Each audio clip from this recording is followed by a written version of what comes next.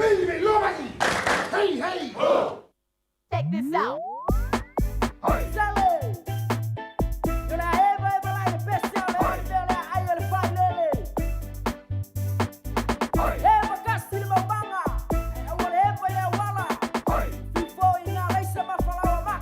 Check this out. Eva mai la ia mai pese ma fa pele pele o si au fai le wo ko le mo le fa li fu kalo mo le fai ai fe Eva ngela ia mai si vai fa fia fia o si au ko e nga wo ka vale vale le fai ai pa mo le fa li fu inga Eva mai la ia mai pese ma fa pele pele o si au fai le wo ko le mo le fa li fu kalo mo le fai ai fe Eva ngela ia mai si vai fa fia fia o si au ko e nga wo ka vale vale le fai ai pa mo le fa li fu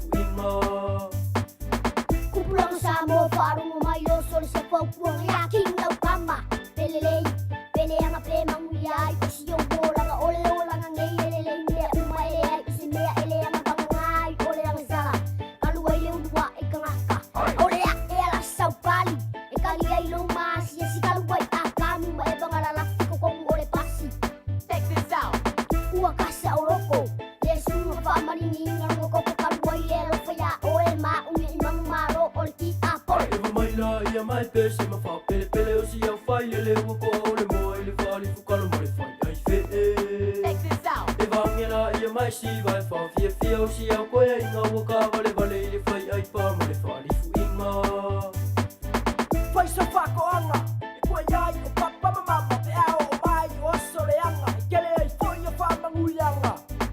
Fai soko ngā whai mani karo pālangi, a fua mai e sau kua lasi, ai so ia ki ki e pasi, e le maua ai sau ke ki pāla. Ai o le ewa i le pese ma wha moe moe ai o si au pepe ai uma o le aso ua le sua sua susu o le whai lele i ngapa ni keke. That's right. Se o ke le loko le anga, se ku ia so le lo whai kala o ke le ai Uwa, ila ba mapawfat. Eva mai la ia mai pese ma fa pele pele o si au fai le wo ko le mo le fa li fu kalo mo le fai ai fe Eva ngela ia mai si vai fa fia fia o si au ko e nga wo ka vale vale le fai ai pa mo le fa li fu inga Ei o siya whako angay, mawai wha i la kai le ka whai, la karakangi po i e awara ua au whai, o nga ka e karaka. Awa ufi koko karo, kere ka mu whai kama au le whaara pera pe o sua e pua, ua le whika ui ai au fua fuanga. Ei fwoi ngai au ngoa e le whanga, whaasoro a ko wanga o i le tangaka le kuai sabaru ai tenu a moa. What, man? Se o ke le ewa le anga o ki ka o ki ngofu ya o e kupulanga kuia ngā winga mga mionga e whapupu o i lau bolanga. Se ewa mai whako e inga ngā le lo makua lava ma le musika, kulo i ei ma se whangu wai lima, umai lo ma le wha isa isa. Iba mai i le pese vai soma manga. Sipulanga. Iba mai i le pese vai soma manga. Eva mai la ia mai pese ma fa pele pele o si au fai le wo ko le mo le fa li fu kalo mo le fai ai fe Eva ngela ia mai si vai fa fia fia o si au ko e nga wo ka vale vale le fai ai pa mo le fa li fu inga Eva mai la ia mai pese ma fa pele pele o si au fai le wo ko le mo le fa li fu kalo mo le fai ai fe Eva ngela ia mai si vai fa fia fia o si au ko e nga wo ka vale vale le COVID-19 can make it hard to keep on top of things you are normally able to take care of. The restrictions may mean you need some extra support. This could be for paying essential bills or putting a little kai on the table. To find out what's available, call 0800 559 009 from 7 a.m. to 6 p.m. Monday to Friday and 8 a.m. to 1 p.m. Saturday. Or go to covid19.govt.nz/financial support. O oio si tama Samoa, e te fia tai mai si tama Pasifika. E fia whailo antu le Father's Fono e taitaia e le vā. O se no whanga saunga le mū e tai ma whaaso ailau sāwalinga. I le avea i o oi mtama. Sa i lifsosani na i avea oi ma se tama pito silio na lelei. Awai i le Pacifica Dance Club. Le sitala i le leva.co.nz/Father's Fono. Leva, igniting communities, creating change. This is a COVID-19 announcement. If you're 12 and over, it's recommended you wear a face covering whenever you leave home. Find out where it's now mandatory to wear yours at covid19.govt.nz. Unite against COVID-19. Radio Samoa. تسليمة يبطل Amo. You know what it is when we out of town. We ballin' 2 C's and you out of bounds. So come here, baby girl. You're now f***ing with the best in the world. DJ Naira Pretty boy. Ay. Pretty boy. Ay. Pretty boy. Ay.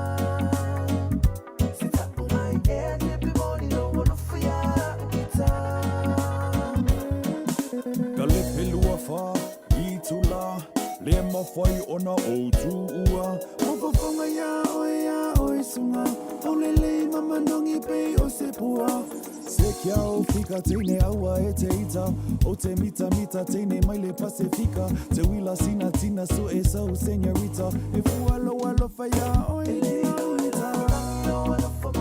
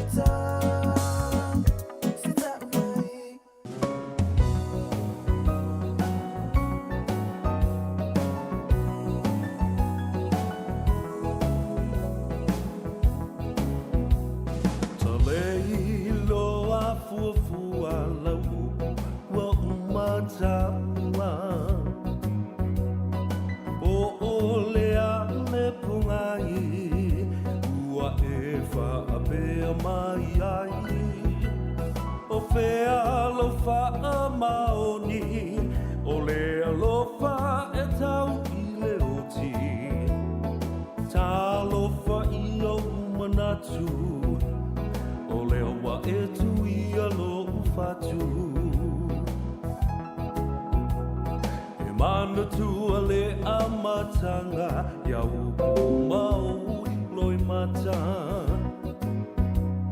na e whai mai e le ai se unga o la tā mawhutanga ua e loa nei leo langa ma ua sui fo i o loa nganga o nei mau mea na o mana o iai ua le lea uma i le ala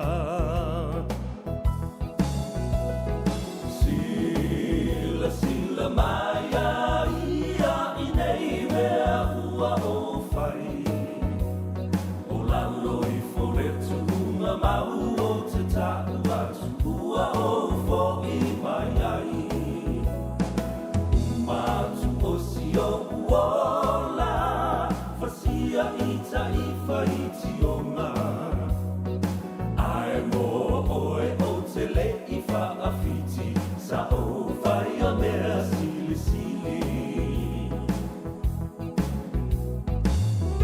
Ia, talofa lava pa ia mawalunga o le whaafonga tāpuai a le pambalu o le atunu ua me se fo i lau whaafonga whita i le sila mai mua mai.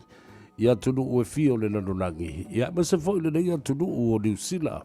Ua avea fo i mo tātou a inga lona lua. I le nei astonai o le aso luas fulma le tolu le nei o le masina o ke topa lua afe luas fulma le tasi. A malolo so i fuamanuia ma le lagi mama, fia lava le nganga ma whanga e tia. I awa noa le lei o lo o maia lo tātou ma teisili le langi le ngata i le tōpule le soifua manuia mo le lolo le tātou tano. Ia e whapena fo i lona anga le lei le au una nei. O leo o tātou maua i le malosi ma le ola. I lautou soifua o tātou toe laulua fasila whai fo i lungo pe au mga lungalu o le ea. I le whaawawina le nei o le tautua mo oia le sifonga o Samoa, le Radio Samoa, se fulu lima iwa tolu a mo i Aukilani.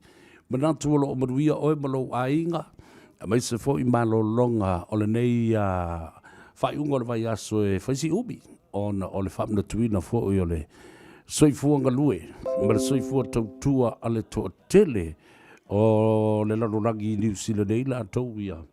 So se ngā luenga. Labor Day celebration weekend, and it's a very long weekend.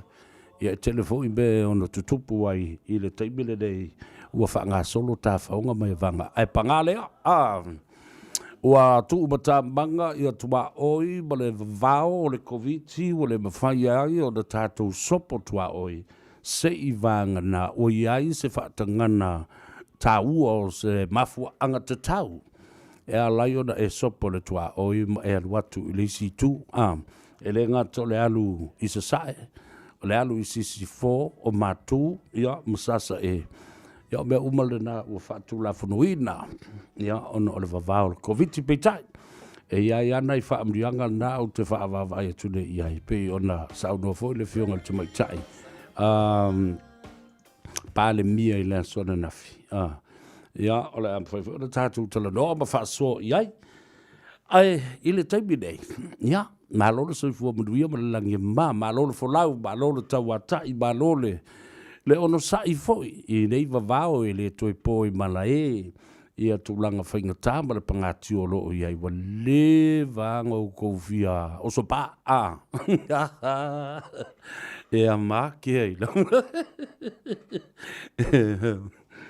Valo fo ngā lulu e nava yaso tiute ma fai valo filima sa ngā patia ma fitai tunga iai le atunu ia fa malo lava le tawasa a malo fo I lo lava papale fa talo fai le pa ia mawalunga o le taftolu ma le tato vano nofo le vata ngata sa mo le vata buia le nā a wā ia pa ia fo I ma malu fa le malo e le ngate le whainga malo le nei aturu ua tātou ola ai mo tau soifu ai manopia iai Samoa. Ia e whapena fo I le whainga malo le tātou tunu pele I Samoa malana tāpua inga. Mo tātou ainga. Ia, o mamalu fo I mapa ia whasino o wā tama ma ainga. Ia ma le ngawha fo I o aloli I wa so o ai Samoa. Ia e li poi I le pa ia o ainga matama whapea fo I le whautautanga o. Ia, ma le whaato whala inga. Ia tu mua mapule o i tu au malatau a inga le tai ma le wao fonti whale upolo tutofi o Samoa. Ia te nane fo i le tapo inga le motu sa ia salaya, tuila manua, ia whapea fo i le whale ngafuru le la au nā mutasi whapea fo i le nofo a maupu i ia te oe. Tu mua le motu. Ia, ai le aia. Ai matua le tu, ia te utou sa le vi le a inga. Olo o whaia o lātou whaiva pa ia, ma whaiva ma mana, tau o smaswina o le ipu vai o le ola, ia a wale soifua wha le nganga, le atua ma lona whina ngalo. Wha talo whātu ma le ngang wha loalo, wha tulau foi, ma wha sifo le tūlanga, o pa ia ma malu sautua whawhawha le atunu ue le ngafa tauli maina, ia e tau ia na sa ue le vai lau whawhonga mai. Ia ni a vea malape o le au na nei. Ia, nena, whaatalo whātu fo ia te utou, o sunga i ta māma tina malolo manu malo, o e fo i sa loa tau sanga o tau oswasu le puvai o le ola, ia, malolo pensione, ia malo, ulufale mai e le fio lo wali. Ai o tutali tonu, ia ele o nofo ai, awa o lo whaia pēa, ma whao ngai le atua o tau suifua, isi tu o le soifuanga nei. Ia whapea nā fo i le sosoanga, i o tātou tangata lau tele, whamalo whai le whaiva. Ia, Samoa i tu e fio le lanolangi, Malakelope, whatalo whātu i Australia. Aloro soifua manuia, po whea lava le vai panoa Australia, o e ngoi fuai. Whatalo whātu i ate, o e po e ngalue, po e kawhao, po o e kike pasi, po whea lava. Po o na e whaarongolongo mai.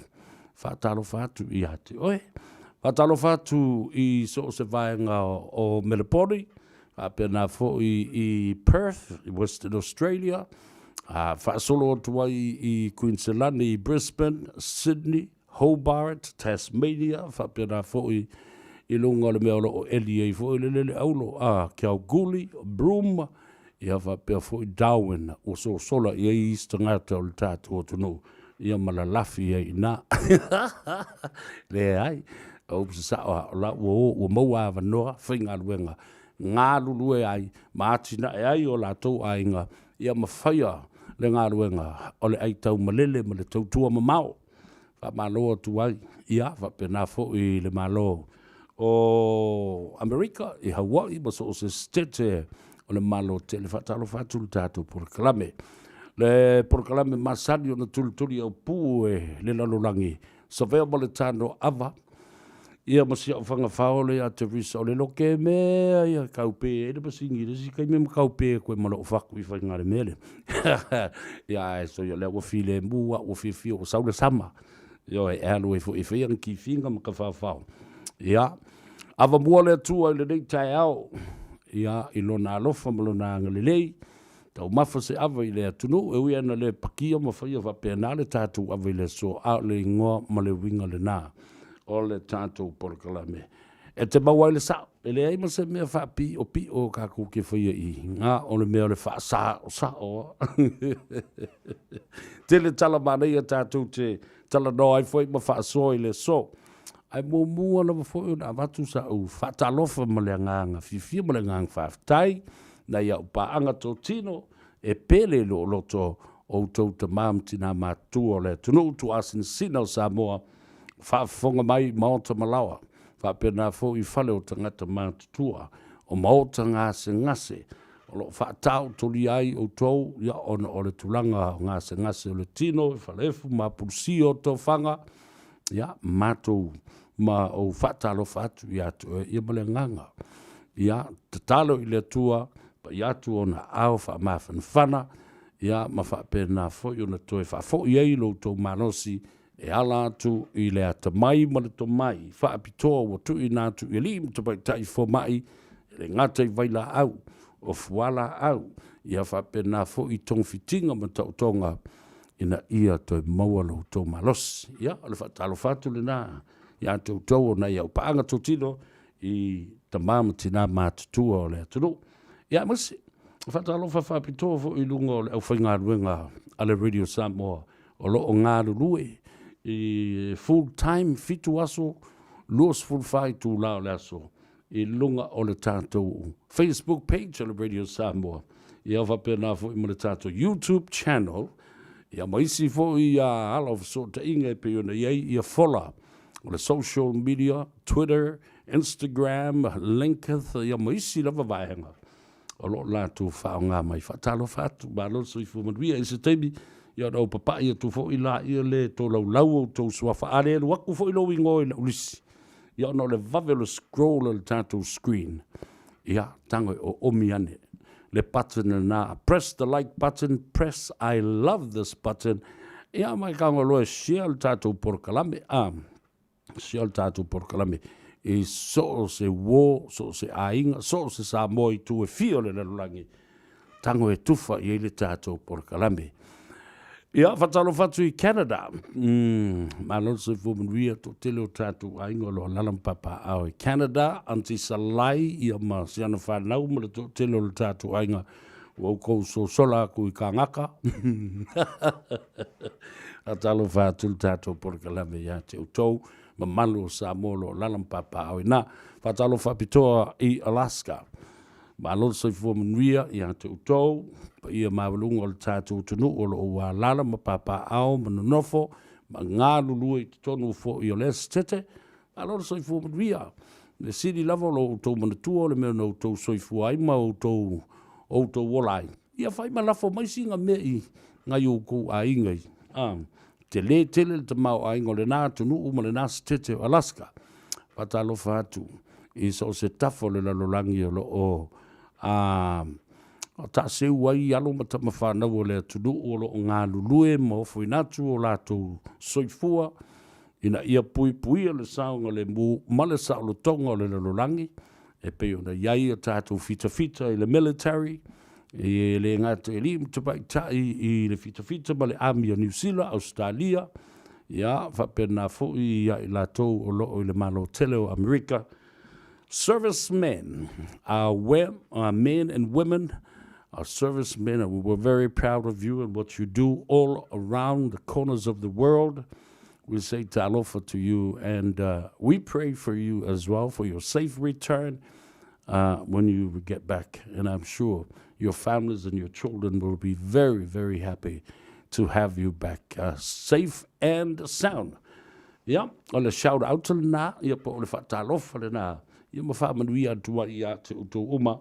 O ali I mata mai tai fita ai ala ali I mata mai tai o malu o le malo o alo mata ma whanau o Samoa o lo ua mautofinga io e malato ngā rurue ia ma ofu le konginga fo o lea lanu moana ali I mata mai tai leo le nei atunu Australia ma Samoa whatalo whatu ia te utou ngā ruenga le leio lo tau whaatino e pui pui il saunga le mō mai o usta ia le tula whono I New Zealand nei tō a tele alo matama whanau le atunuu o loo ngā rurue le ngā ruenga pe ono tau whaafonga iai aso whawarile uma ia e mwhai lava o nā taunu umaisi o tātou malo mai le ofisa o leo ia pe ona iai le sunga Satini tūmanu vau Satini tui parusami yes e sau ia ma le to'otele le fionga I le inspector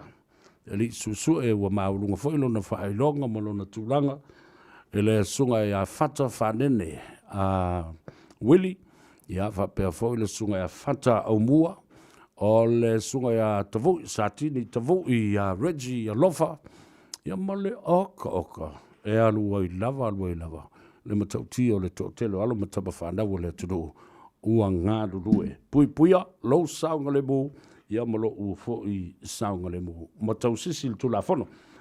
Ai, to muli loa a tāwalunga lava le whatalofa I nai whanau. Talofa to baiti. Welcome to the Tanoa Ava show with Savea Pista, Al Harrington, Lavea on this wonderful Saturday. I think this is the last Saturday of the month of October. And I hear some good news that you're going back to school on the 26th, which is the Tuesday of the following week, and there are some things that I need to tell you, and some things that you need to know. So good on you, kids, and grateful for Jacinta Ardern's knowledge to have, that you have been home all this time. 7 weeks of the lockdown, heading into the 8th week, the second month, and you're still there. Thank you for your patience, and thank you for, your kindness and your coolness. That's it. That's the word, your coolness about everything that surrounds you and this terrible disease, the pandemic of COVID-19. Malota batilo sai, afitai at to lava papale, ai ko anga ko anga fakinga ulu, Wala mela leu te vai e sui kai whaakoro li whaafaa ia tamititi la soitas e leisa na ngā rua ngai whai. Matua, a lo whaaftaile la papale na ia tātou whanau. Ia male ono sa ia fōi ono nātou ai te tele male ai so. All right, Mr. T is here with us and entertaining you on this wonderful Saturday. Tanoa Ava ma Savea Pestai na ua toiva minute o na tāne o leitu lai tas. Ai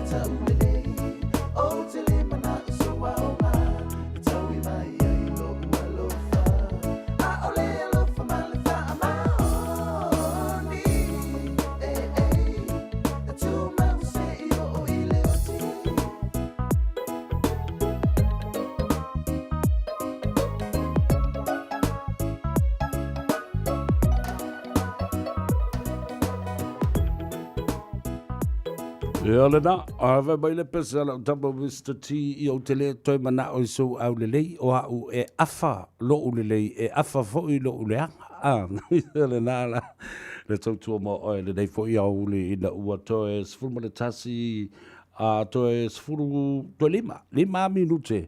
Ia ona tā loa lea o le itu la e tasi. Ale tau vai atu ia tātou tala ia pe maua I se tala la tamai lava e winga I le whamai.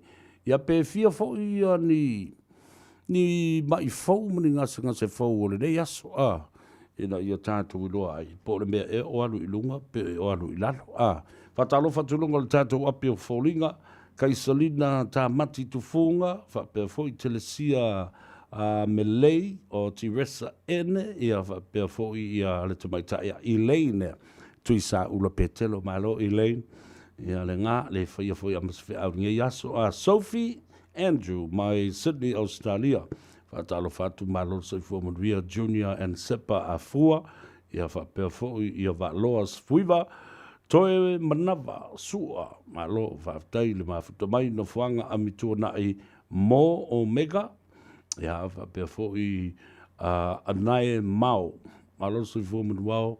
Anai mau tuunga no whanga malo soi fua whai sua malatama o e Samoa aisu e Samoa o mai mua mai Australia whatalo whatulu tātou porkalame I hata o wale asole nei o na amata le whainga fo I lele ua tatala ai nei I tua ia upawhai ia whainga meo pati wha upawhai la tau te I tu malope o le me whole sa whai le fast e o I tu malo te tasi e limas funma le tasi. E wea ina le whatanga ina fo I le nawa I teimi I isi tu malo. Tau fiofi mamau I le HRPP. Le fo I la wo I tua. O le sola. O le o tau nu ua I loa I le tu malo I tu pa ale pata I tu pa I lalo. I sale au mua o lo whai ai le whailo inga tele lava. Le fionga le tamai tai paramia ma lana kapeneta. Pea foi le fionga de te fono le sunga lauli le mali toa ia male lo o le malo tu o lo ia nei o le fatu tu I le tua Samoa o tasi ina ia lango ina lo lato sui filifilia o lo ua fatu la I mai nei I le nai tu malo ia iti a vea o vailoa fa solo mai I nai santi toa ia e iva le lei ia nu o le tu malo le na Ia sa tulai mai na ia malului manatua la o le sui le o tau vane le o fatulai mai le fast o le fatutua I le tua Samoa o tasi o le fionga ia fale o mawaenga fui maono titimaya tafua ia manatua la o le tamā o le neifo I tamali I le sunga ia tawa tafura kalolo Lea sa tu lai mai le tofi o lea I tu malo I le tele o tu sanga ua mawai. Ia ua whai ilangi fo I le fōlaunga lela ua ngai mai a la tu whanau. Ia mau mai fo I mao tangata I whatuatua ina. O I la tau sa ngā rurua I le mauta whono ma le paramene. Ia lea ua tu lai mai. It's about our families, my elderly grandmother at home as well, and being able to ensure that she's safe is the most important thing to me. Help protect the people you love. Visit bookmyvaccine.nz. Warm Pacific greetings. Are you thinking about buying a car, a house, or planning a holiday, but you're unsure how to afford it? Perhaps you need a financial mentor. My name is John Saluni from JMS Chartered Accounting, and we're offering a free mentoring educational program to help Pacific families improve their financial literacy skills and also a pathway to home ownership. Please note that spaces are limited. For more information, please call us on 0800 567 228 or visit our website www.jmsaccounting.co.nz. Auckland remains at Alert Level 3, but we are easing some rules. A maximum of 10 people from 2 households can now meet outdoors for social gatherings like picnics and barbecues. Separate households should maintain physical distancing. Groups of 10 people can also attend organised outside exercise classes like yoga while keeping 2 metres apart. Remember, all other Alert Level 3 rules still apply. Find out more at covid19.govt.nz.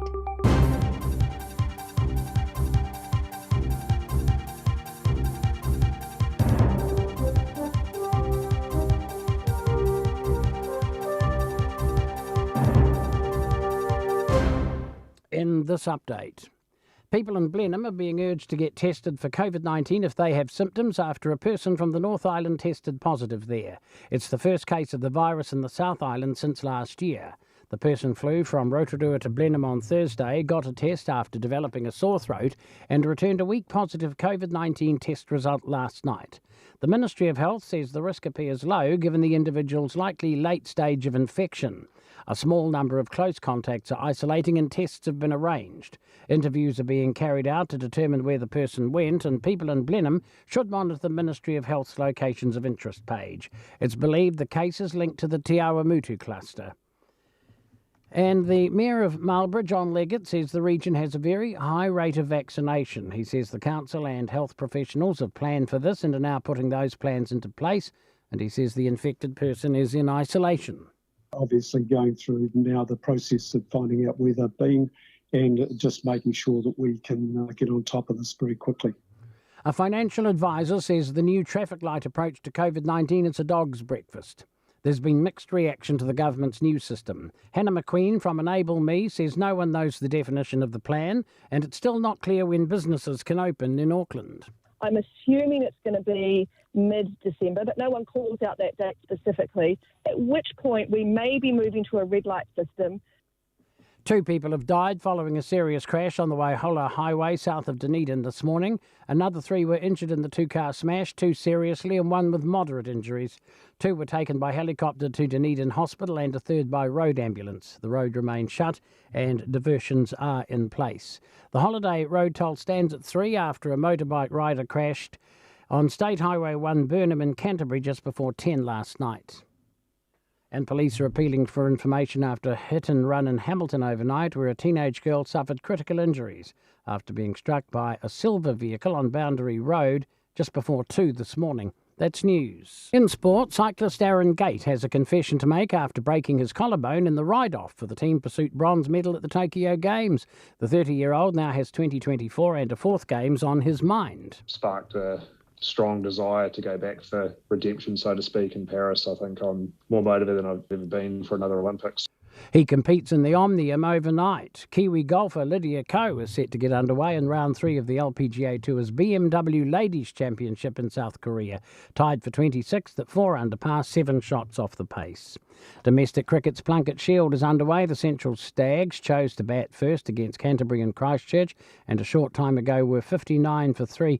In Wellington, the Otago Volts a short time ago 49 for 4. The Firebirds winning the toss and choosing to bowl. That's sport. I'm Bruce Russell. 24 hours a day, 7 days a week. Radio Samoa streaming live on www.radiosamoa.co.nz.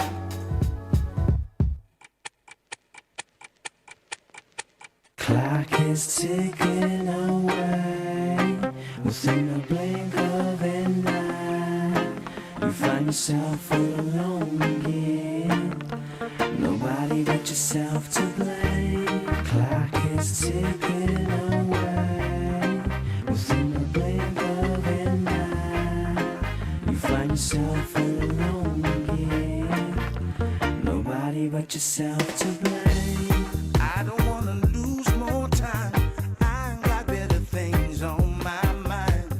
Tired and lonely, tired of being alone, tired of wasting time on the damn phone. Which is a countdown on the time with a tick tock on the clock. You know we don't stop. We don't wanna lose this spot. We rockin' flip flop. Cause this kind of feeling, you must need some healing. You got to be patient. You will be receiving. Clock is ticking away within the blink of an eye. You find yourself alone again. Nobody but yourself to blame. Clock is ticking away within the blink of an eye. You find yourself alone again. Nobody but yourself to blame. Can hold you back when you realize your purpose ain't nothing can pull you down when you're passionate and focused. Cause the world will never be fair to you. It will be so sweet to spread the love among the nations, and it will be so boring if there was no tribulation. Cause they make you stronger and stronger and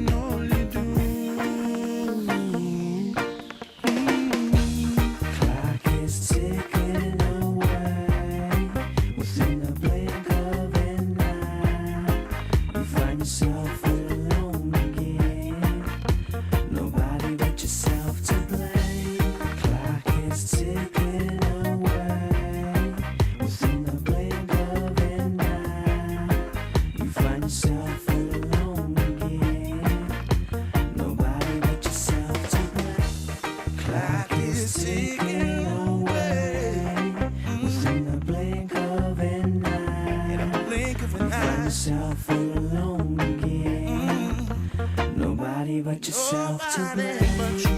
Clock is ticking away. Taking away. The blink of an eye. Alone again. Nobody but yourself to blame. Clock is ticking away. Within the blink of an eye, you find yourself alone again. Nobody but yourself to blame. Clock is ticking away. Within the blink of an eye, you find yourself alone again. Nobody but yourself to blame. Whawhiwhianga sui whiwhiloi o lea uli o lea so to na I a Savea mo le Tanoa Ava te mawai le sao. Lea so luos fu mo le tolu le nei o le masina o ke topa mai o tel tonu foi. Lea so tona I muri foi le nei o le nei masina. O tau whawhoka I a tātou talana I vai whanua lea sa whautu a mai atu nei. Tau sanga de te nei I le Labor Day weekend. Lea foi e to ono tangata na maari li wai. Mana tua o le Labor Day na amata mai le fiafia nafi. Whaasolo mai e leo le taimi. Tā lo leo no nafi whaasolo mai loa. Whaato a uma fo I la le Labor Day I le vai aso lea. I le aso lua. I le tau le ono. I le tai ao le aso lua. Wha sina la si ta mai taimi lava. Sika mai kaimi lava. O nai aso nei o le aso whareile aso na I o sa songa fua aso lua. I le telo tau sanga. O leo tau whio lolo mai nei. E wha solo e whai mea mai lunga. I le tai se fulu tasi, se fulu lua tangata e mali liu. I le vā ia o aso e tolu. Le lo tau whaafonga I le talanoanga fo ima le fionga I le li satini le aso nafi.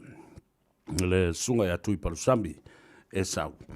Ia o le mafu angalna o ta vale. O le sao o le ta vale. O meo le tau mawhanga ava o pāti. A o lea tātou te iai I le vavau. O lona winga, o le mta upu lea. It is a collective responsibility for all of us. Ina ia tātou fsosoani.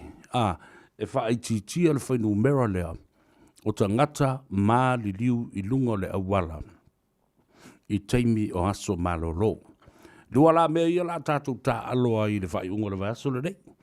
O le tātou fsosoani e a wha maulalo le whainu mera I latou e mali liu I lunga le awala tele. Ai tātou fsosoani ina ia si itia le whainu mera. O I latou e o e whaio latou tui ma latou test o le COVID. E matau tia mea lea o lo tūlai mai nei. Le alana e tāua I tele le porkalame le I le aso nafi ma le fionga le li satini le sunga atui parusami e sau. Ina ia I loa le le iai. O mea I olo o mata I tuina e le vasenga o leo malmatanga alwenga o leo. O tapa leafi. Ki nganga I loa ua makua I e kokolo ua e pipiri ua kaule mawhaiunga I kaukala. I le mele o nā whaavalivalea.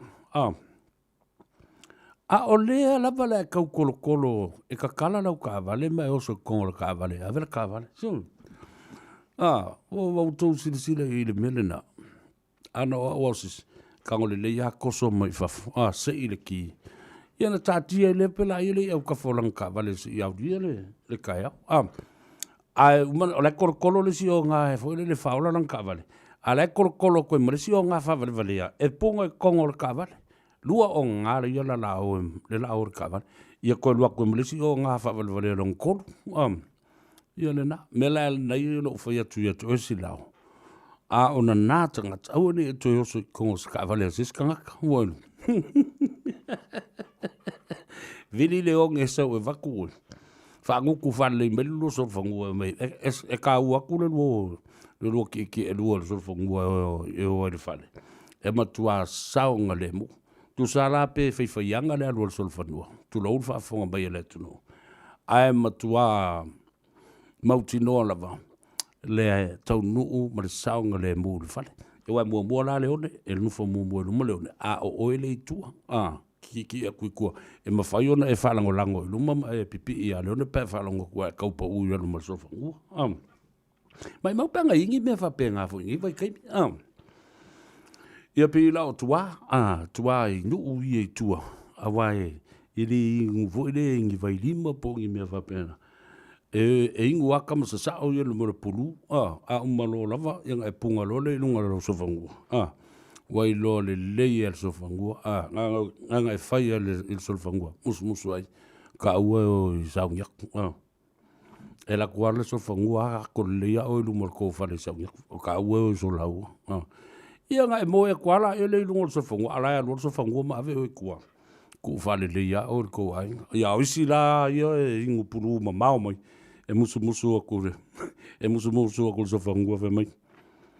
Ia ai mana tua o leva le fiafi, me o ka ua o I whalwha, ai fe mai, ai koe kari mai e le sofangua mai, ka kia ku o I lufi a warunga o I whalwha.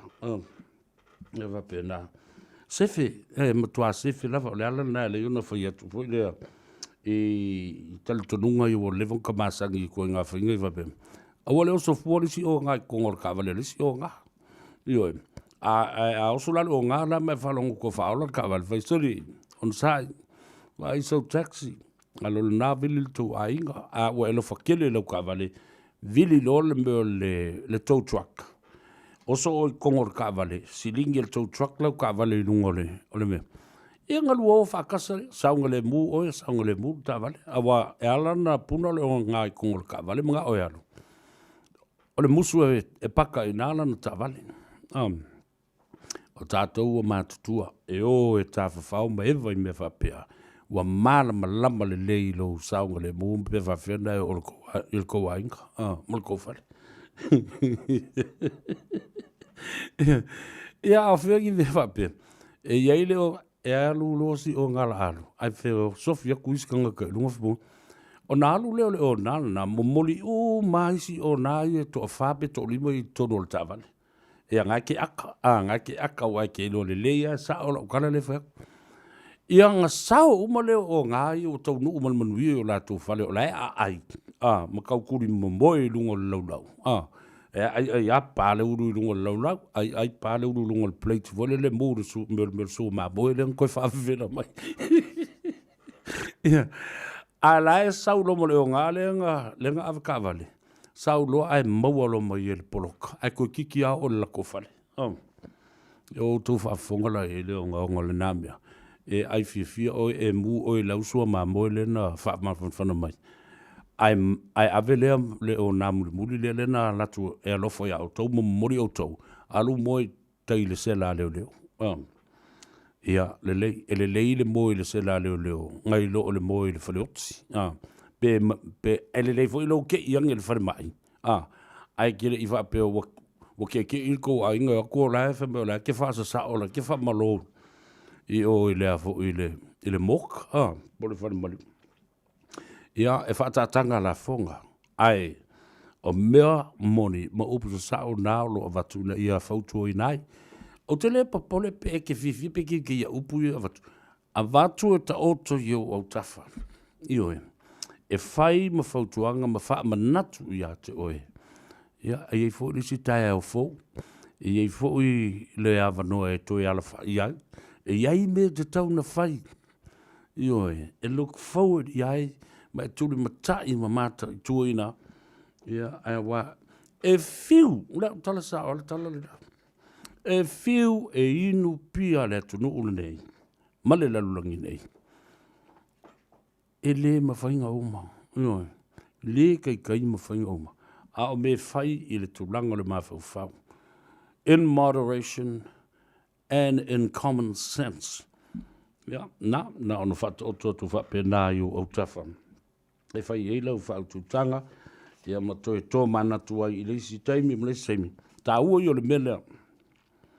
Nofo ma mawhau.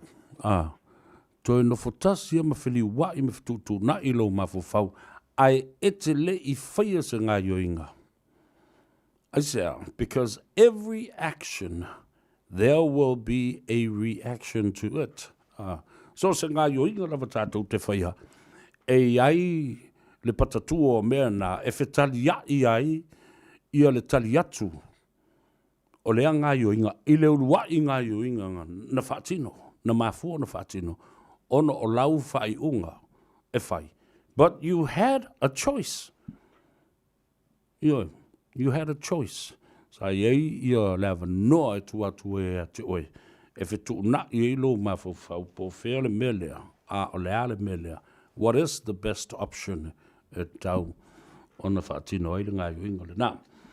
Sfulu 5 minuta o lewa te aile i tū lai tasi le tautua mo oil si whongo Samoa. Radio Samoa liba i whatolu a moia kilani mai o la pese lea. Fo i mai. Ona tātou tala noa lea i le sunga le li pule ia Rick the Man ia po money po tala mai i le tātou falta vale. Le car for you. Yeah, ma. Straight from the Tanoa Ava. All the way from Samoa. Bye-bye love, bye-bye happiness, hello loneliness, think I'm gonna cry. Bye-bye love, bye-bye sweet cares, hello emptiness, feel I'm gonna fly. Bye-bye my love, goodbye. There goes my baby with someone new. She sure looks happy, I'm sure I'm blue. She wants my baby till he's stepping. Goodbye romancing, that night haven't been. Bye-bye love, bye-bye happiness, hello loneliness, think I'm gonna cry. Bye-bye love, bye-bye sweet ladies, hello emptiness, feel like I could fly. Bye-bye my love, goodbye. I'm through with romancing, I'm through with love, I'm through with counting the stars of Ka le ngā o le pēsea o le twisti whai lalo po whiare me o le urunga ke kuisi whai oi ngā o le ua whatasi mai o le tua while i a tala. Whai mawhonga tau moli o le awhionga le ripure i a Rick the Man i a ma le au whai ngā luenga o ma le car for you i lona no whanga i nā i Monoroa. Ia a wafo i a se tātou ripoti o le nei vai aso ia ma le whai unga whai o le nei vai aso whatalo whatutala ma lola sa i fōma ria whaftai mo le teimi i whaafanoa ia wafo i le whaafonga mai a Samoa. Ia malo sa i fua Savea ia malo fo tau tu atu nuu malo pai o pai vai le nei foi vai aso o fai wina foi vai aso i le loko le li ia me se foi fa fona anga se tatu watu nuu ia wa mai le nei Savea. Ia pule alo falava le tua. Maua le malosi ma le malo longa le lei le po na po, ia. Le la fo ua toe, maua le malosi e usu mai e nei le tai au. E fai le tātou ngā ruenga, ia. Wha mo sa wha pena fo, ia, oe le whatua. Ia, sa o le sau noanga Savea, ia o le mea sile o lo o maua pea le sau i fua malolo ina mai lau sunga, ia wapo le tautua ina le atunu. Ia o le teimi nei Savea, ia sa pisi lawana le la tai au.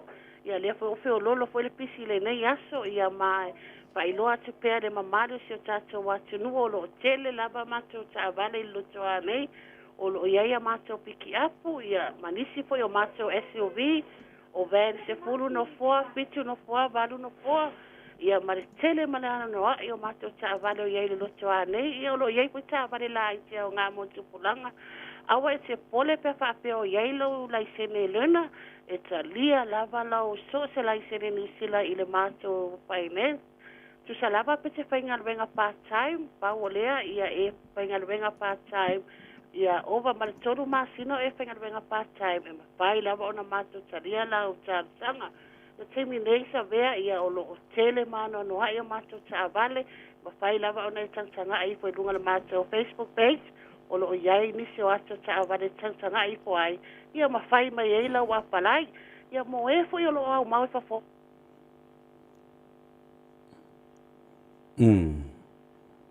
Pe aua, pe mai. Te wisa ki le kango le. I le waiala kengere o le pau mai. Talofa, wa. O e la ngona mai tala. Talofa e pe ia sa. Wa e le mero ko viki le o so i le waiala kengere o tala.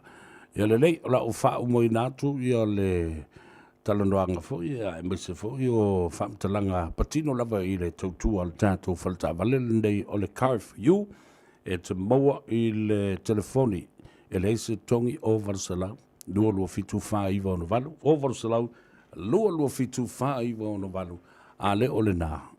Anga i lunga le lato Facebook page o le car for you, ia, whai e lau apalai i nā, ia, whapenale no ftutu nā i le teimi, e te malanga i o te tala mai le pā, e alwaku kongu, i le whai lo ma le tō talanoanga. Ia ma whao mai lau application, ia ma le finance package, o le amwhenu swani mo oem. Whatalo whatu i lunga le tātou apia fōlinga, tasi lika le ota from American Samoa, whatalo whatu, po whea lava le pitonu o sa o tutuila mo manu o tō whaafonga ma mai mō mai ai, talo whatu le tātou por kalame, ia whapena fōi o na whatalo whatu ia Naito Schuster, malo sa fumanuia, o Simona Tavita, malo whaftai, Amelia Whaamoana, ia malo Amelia, wa mai oe, ia whapea fōi ia siutou ainga, Perenice Misa, mai Amerika, ia, pe ia e sa oa, a lefa mai Afonso Matale Fili, tālu Savea, ma tau le whanonglong atu i le tātou, lea, whanonglong atu tātou Tanoa Ava, watching and listening from Whangarei, Aotearoa, tālu whatu, walori, Alfonso, le au talavau uputaua, au talavau uputau, pa uputaua. O la stona i muri o le vai so fau, ia sa o la, awe, episadele, talo falava, alo le soifua manuia, ia whapena fo, ia valoi Milford. O vaipu, moe, talofa, malo le soifua manuia, whaftai, le mafuta mai, Ricky Motu.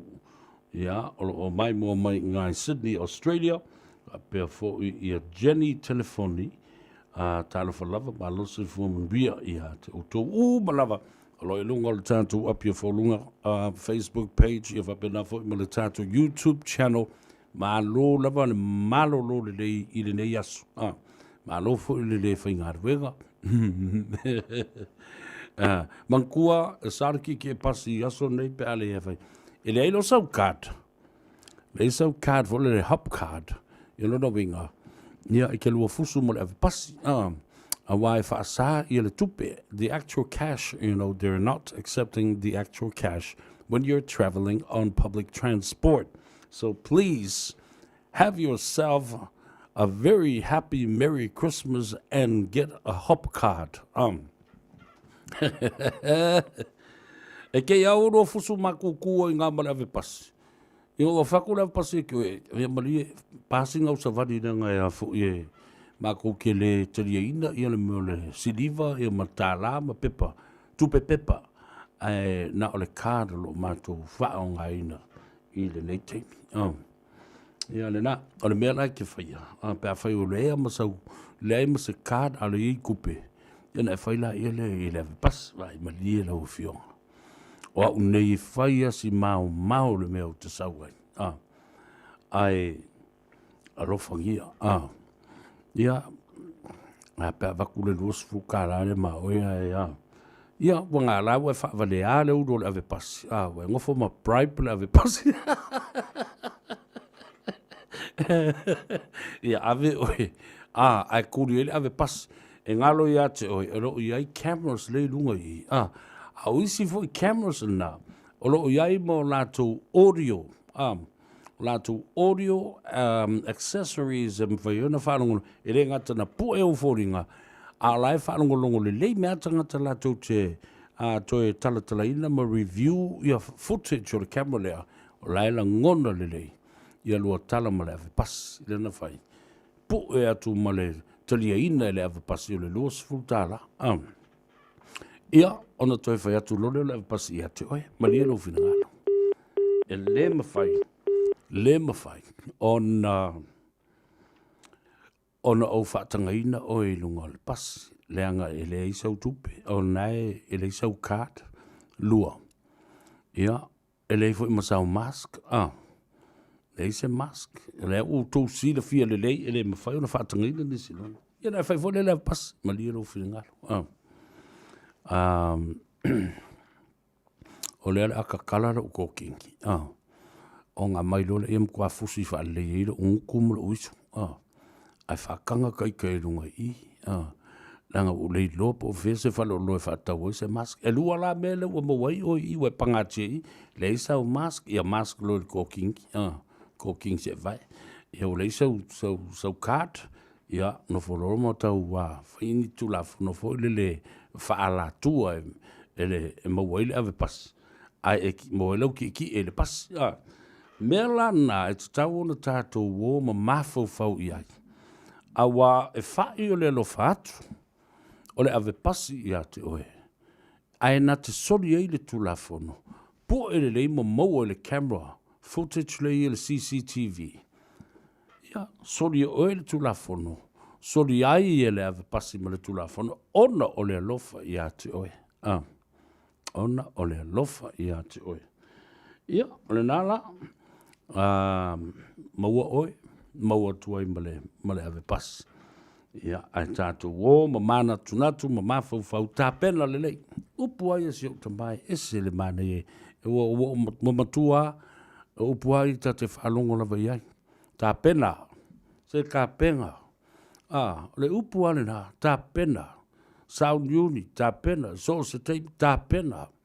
E o ini meo ni tā penanga, ni meo la unga ma mea whapena. O le upu ane na, awai le tutusa uma situations, occasions, ma mea whapena.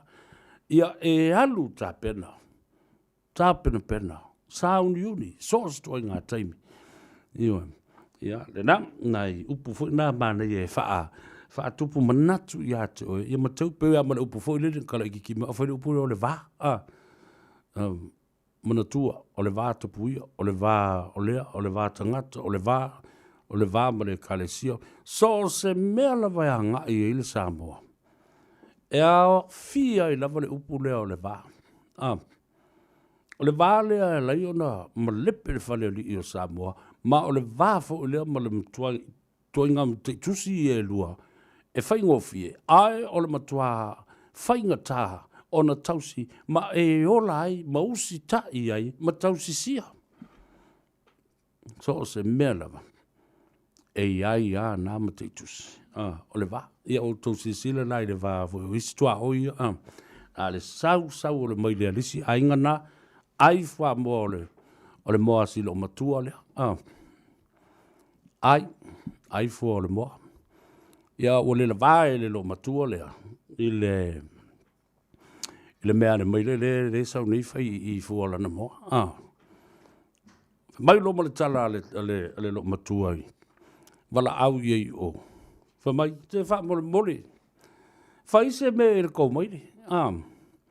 Le nana le sau ngai ko ke longa le sau al ko mai ma ai fu la mo. Ai le fa pea wa lo mo fa sanga me le anga ko mai. Fa yanga se me ngolo kilo ka ko va ngai ma ilo maku.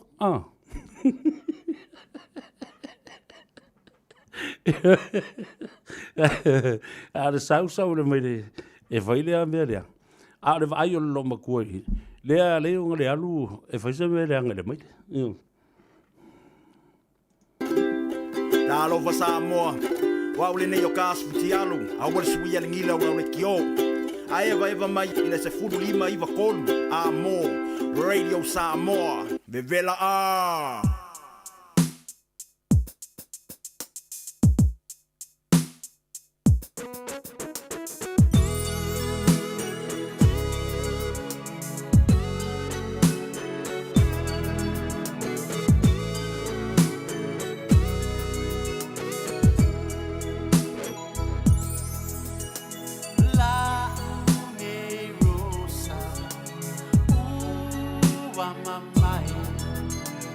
Oh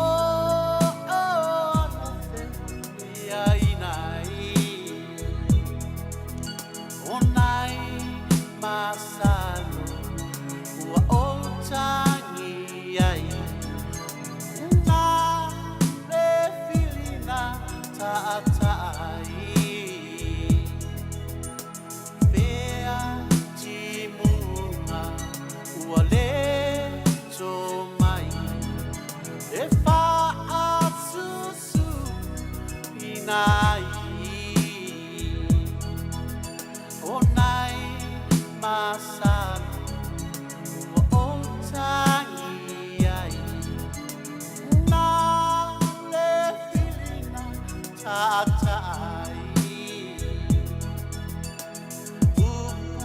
ale ponzo ele mafai e vai e telena tine yai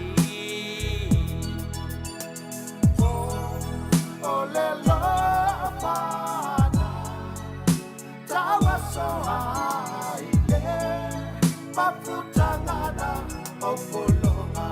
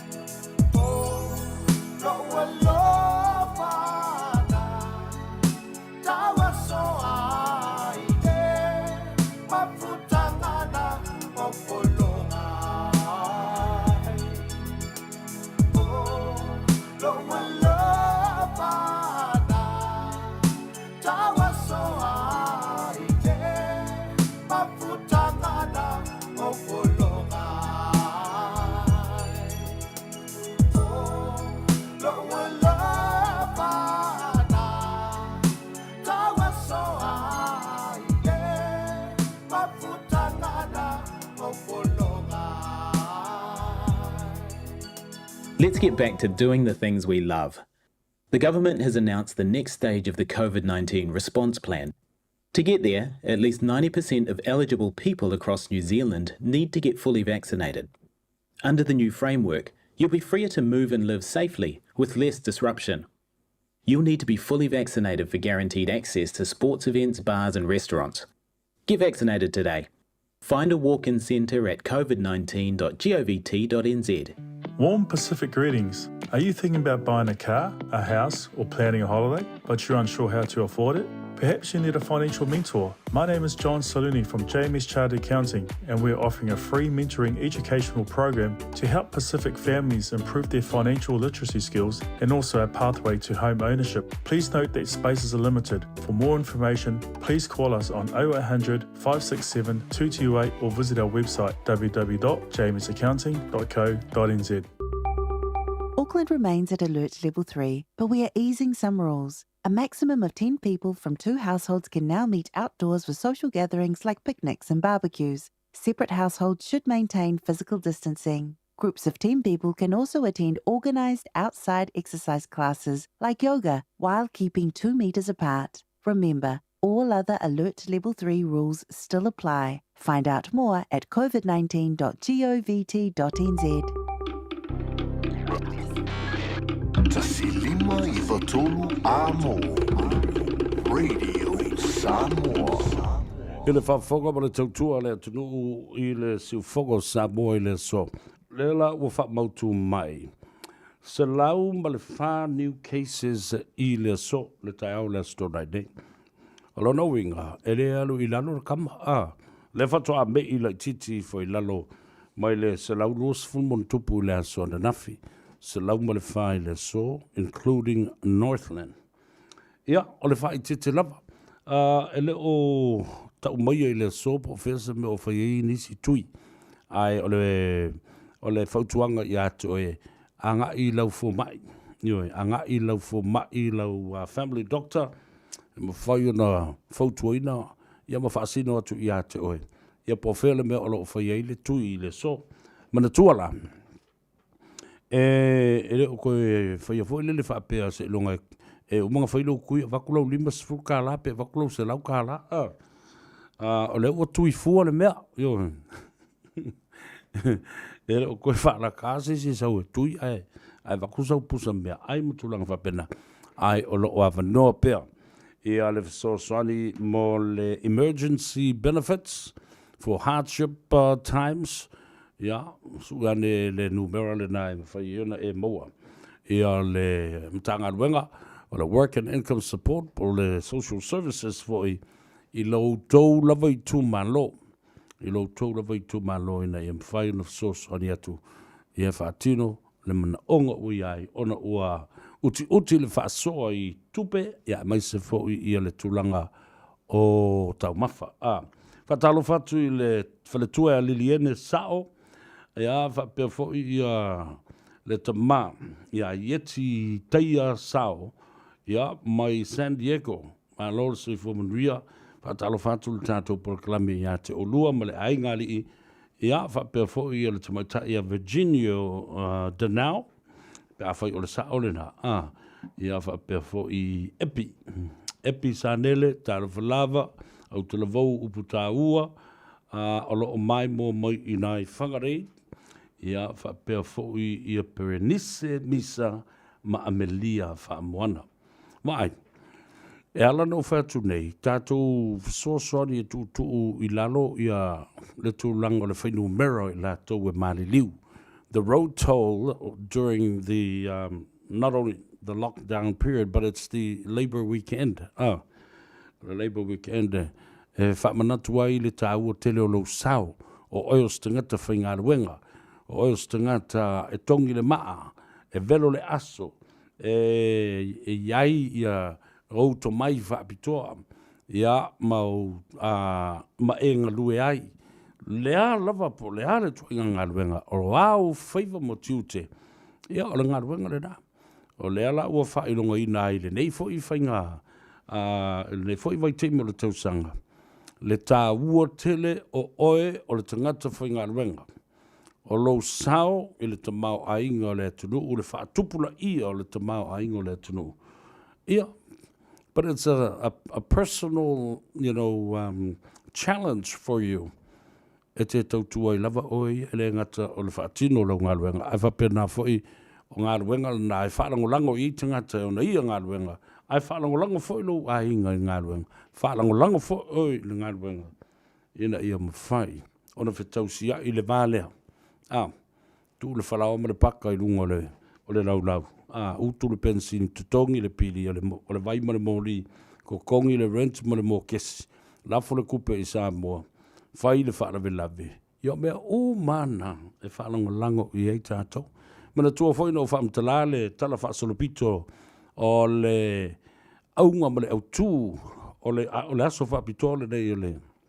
O le toi ino Samuel Parch I le telo tausanga o mawaipo fia se lau tausanga o tuanai. O la laola I Wellington. O le toi ina ka muta. Samuel Parch was a carpenter. And he was a man of all trades, tele ngā ruenga sko I ngai whai. Ia o ala malanga solwhangua, malanga pia kanga tu umai ana tools mo mea whai ngā ruenga. Wawai atu I le to ino Samuel Parch, I le nawai tau. Wa matuale whitau ia le telo na I tū la whai ngā ruenga. Le ai se tau I le lei o e au maia. Le ai ni whiutanga inga, fo I le a winga I le ngā ruenga lo whai. Au amata na pelo ma whaitonga whiti le tangata o na ia le whale le whai e le to ina le o Samuel Parch. Wa umi I tū la whainga luenga. O na whaitio le o Samuel Parch I le tamalo pule. O ia e le usu mai tai au. Le anga o le wawai atulo na tongi e le talawhea ngai lua. O matua le talawhea ngai ale taimi ia e o mai ngā luenga. Working conditions. E le o le leifo I mea whai ngā luenga au mai e whaatino e le ngā luenga. Ia, whai akuro I le kamaloa, ia Samuel, te maloa o na ia le whale manana ngā luenga. Ia pule la oi, ai ia whai ia umara ngā luenga le ngā luenga. Ai ikar ko ingo Samuelu, ngofo ma ako umanga sa mala maanga mea fo I le whai ngā luenga I tonu ole. O langa lula maanga mea. I lana pea kanga, punga runga le solwhangua. Ai alu loa ingu le papu. Le papulanga e kau le lo le pua le sumu. E tumu iei tangata. E lotu, oka, wai lo le leima ia e tangata. O le wak Samuelu e kia ile ngā ruenga. Ia tala noa lo, ia se vava aile iei. Lele wa saule koi inga, awa e whaalongolongo le tele o tangata, i le toi ina le ne o Samoa Parts. Ao wala mea fwele nana la iona ma fua na ta uina ia no whanga ie ma nawa tangata moi e ta ole pap. Ta ole pub. It comes and it derives from the word, the original name of a public place. Tu sai o ingu whaariari. E inu fwele le whaalawa i tele. O I lai le whale le o ta une o le public place. Le ingu ele pulu mo me uwhapena. E o mo I tangata whainga alwenga. Pe a manawa. Ona tala noa I le ina. Ma whai tionga e au mai. Ika lisi au kamale lisi yonga. Lisi ko inga le whainga alwenga I le mainga. Ika lisi au kamale lisi ko inga le whailang kongkalake. Wa whapena ona tala noa tangata. Ma saulo ma Samuelu tala noa loa fo iai. Whai ko Samuelu vai o kau koe whainga alwenga. Wa kaunga kusi se kako mea whapenge I. Ia kai walawa kai walu ia. Ia kai walu ia I kula kako ke ngā lue. A maka le fia le kai au. Ia lava le teimi tātou te ti e manga I atu le mea whaina ngā luenga. E kau kifa loa le la. Ka alo le whao kaunga ko mangawa. Uma. Awa le mele sa I nei.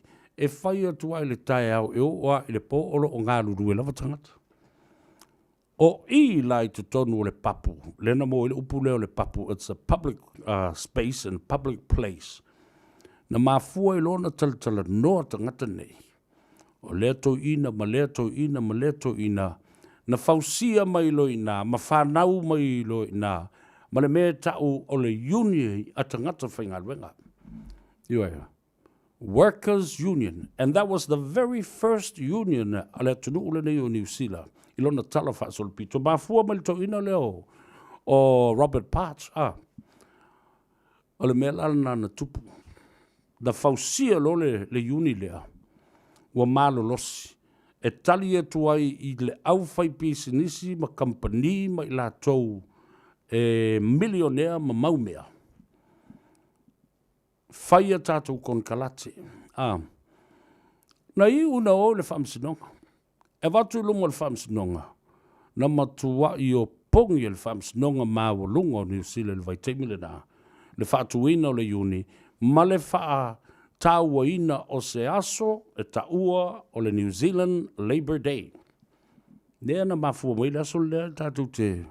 Nea o tātou ai nei ma whailo tātou aso malolo. O le urua I aso lavalana. Na mafua mai ai I le Labour Day le fia se lau tau sanga wa tuna I atu. Ma o inafoi na whanau mai ai loa. Ma le vaenga whau whai lea o le leipa. Lea o lo o tū malo nei ia New Zealand. Male ta mai ta I palemia o Jacinta Ardern. Ia, mana ia nei tala na o history na ia malmala mai. I le mafu ango le nei aso ta uo whailonga ina New Zealand. New Zealand's Labour Day. O le aso whaapitoa mō tangata uma o lo whailo lātou sao. O lo o tawheli lingi lo lātou wafu.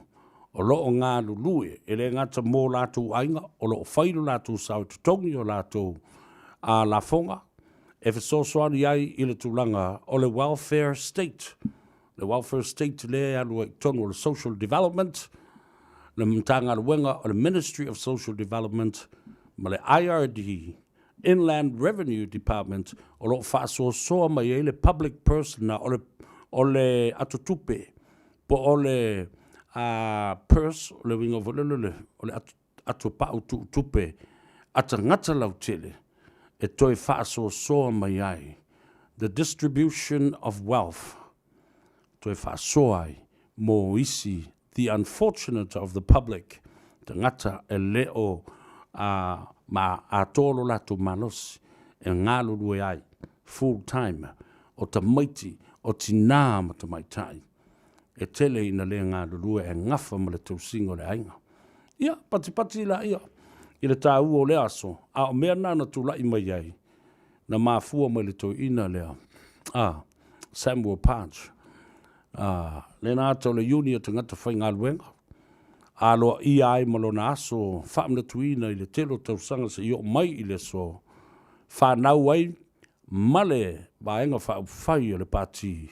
Ale leipa. Ia, le nā. Tātou e tāle pese lewa vai I foi. Foi mai sa ili se avanoa. Tātou tala no atu. I le sunga I atumisia. O le lipule o le tātou company male. Whale tā vale le Omega Cars.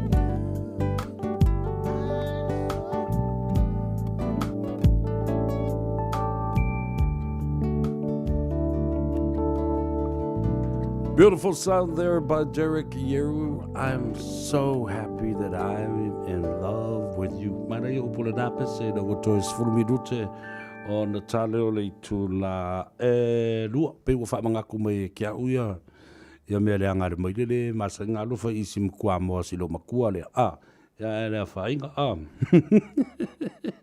ala fa si mai te le nga fa Tongisia, Pio Wilson, ya wafo I se tato lipoti mai le na le Omega Cars so fo muia e lau sunga ya pola telenga fo tu la fale de Tongisia. Ya, so fo muia la sunga pola fo fa bel tu like mai le foi pa malo lava so fo muia uso pa malo fa tu atu matongo fie po kalambi balke mina e amata mai lo tute yo ma nei tula. Papaitele molto tua tunu ya e fa malo lava ta fa malo lava so be via le tua allo tai ya mai le to fa fi no ile tunu au fa fongatu matapo yatu Ia ele te tele lava sa matolanga Savea al ke te lo si te mi vo sola i mai fo i ona fa tu lima fa pelo ele pa i mo lu mo Samoa. Ia fa pela i se fa matolanga tong sia. Ia la si ila fa pel sa lo me ka kas ni tu la le de uri. Tai. Ia, sauno ia. Ia, fa tai ele se langa ngala fa tai lo fionga Savea. Mo lo mato mo fa aro fo ni tu la le ne uri. Ia lo tato ta pa lang le ne fo tu vo le ne lao. Yo e ale lenganga na man fa tai fi molia tu lenganga fa tai si o tatu tu pelina sa mo fa ina pelto tu lo mega kas yo e matongo fi fo I ma ba ai fo ile to te le sapo yo le mole tu lenganga fa tai so tu pelina la mo sa mo o fe la mo e au ma mai e fa ta lo fa tu ma fa tai tu ya to ni si mo lo mega kas ya ti oi wai ele o ba ai pela fo ile sapo fo ia le lango mai le tatu atu le tau whatau ba atong sia mal o mika kas le nei mai tau au tatou iai le nei a o wha malu mai le nei wha mai i duno le tatou ia Samoa i le pui pasuni tatou whenga mea lofa pui i referral fees in tulanga ia whapea ia mana tua fo le mau tau ave lo mika kas o le one stop shop o le one stop dealer Nga le pau anei whatawali tonu ni sila atoa yo e pau lava nei whatawali tonu ni sila atoa Pamanuia oi pa wifrena mai se fatau le tabale ma to te fa ai tabale mo le tolu to sanga ta pena fole insua ta pena me uma a mata tu le so po fe la bale ase ti suma tala au mai ai te lia la tar sanga a mata tu ngali tolu to sanga o le mata to tu ma to te vai fu ai la tabale e le se fa tabale to ni silo fa il ngi to tu o le one fitness o le registration ma le service in tabale ma to ke vai fo mai tu langa ia ai phone ai nga di pasalonga business mana tu ai we fe na mai se si fa tau se te ngata vale va ngata to piki up po ka ko youth e a feli ma se la ta la we fe fi a fa pete we fe na mai se si fa tau se piki up po se youth to no lo twalo mega cans a te lira tau sanga ma sainia e mo wana e oe de lua fe tala lua fe tala a le special lava tong sia mata me na nafi o le so ma le so fo le lepa weekend Yeah, mo le lu se la tala gauta back and say e fai el fatonga ta te lia la tal sanga e lu se la tala mal special atong sia la to mo le long weekend yeah ai ma tala mo au le lu se la cabin drive man ka lu se la cabin drive man ka ye mana tu a fo sa mo o le fai ta to appointments yo e te su mai ma tala mai a fa pe la le la balon sai o wa fia ki fa tau se sa yeah la menu fo ai su mai matala mai a tau nei fa tali mai tonu la ta vale e o sabat yatu ia fa ta tala a le lo se tonu lo ta ane to ta si lava ai no tonu lo ta ile tenge tasi a va peto lue e fa sai no le matu tu la fono o le male pu e fo i male le fo i folo e lo mega kan si tu la fono na malo male a wa la lo sanga le mu ia fa pe fo i mato a tire ta vale fa lo fi finga Samoa ta mata mai la mai ta to loli o ta to van o tanto piki apu, o renters motoyora Hilux, SUV, tabale laiti, sport cars, tabale elkise, batulanga mai i foi tabale to tele foi tabale foi le the hybrid, tabale tele nga mole business do le upa, ava peo ke pai upa. Bana tu Samoa, ataniela tal sanga elise tabale e ba ese mai tono lo twala mega cars, e le fatu mo le tangi, yo e fatu mo la u tank me malava tulang pa penga. Ja, le so fo ja fia da san foi yo le mo fo McDonald mega gas yo da san land te tina foi da tuai no me na sala mai au ja ba au me telefoni ma o iva lua fitu lima malu ta sidua o iva lua fitu lima malu ta sidua ja pe va au me fo telefoni ta vai o le all watasi pa fitu wono lima fantasi all watasi pa fitu wono lima fantasi ja ma ni tele long weekend Samoa pa tai uso mo ma to no mo tele o Estamos mole manga manga sa le fa estamos Ale lei fa te tele lava na telenga fuata tato felo i pea ya mo fo yo favor de yaso fa so ia mo tem lei ya na le sunga le pune le tato falta vale o mega cars o le matanga o ta vale le lei o mea ato toa ya te mo le tuatusi lu se la Cavendish Drive la i manukau ale o navala au telefoni o sunga le pule e hatongisia o lua tasi fa fituono lima fatas o lo tasi whawhitu ono 5 whatas. Ia, ta ua le da, wale fisiri mai tangata I melen o whatu nei, I le whafo le leo si lo matua malana matua moa. A le saule mai le tua o I le ai ia fua lana mo, le fisiri mai tangata I mai. Soli, a o ai la li sa vele ngō si lo maku, o whako ata. Ea. Si lo maku ata. A lefa mai, ke ofo, I le ngā mai le whaia I se, o whako, a le ngā wala o kwa I le lo miki. Ia wala ngā.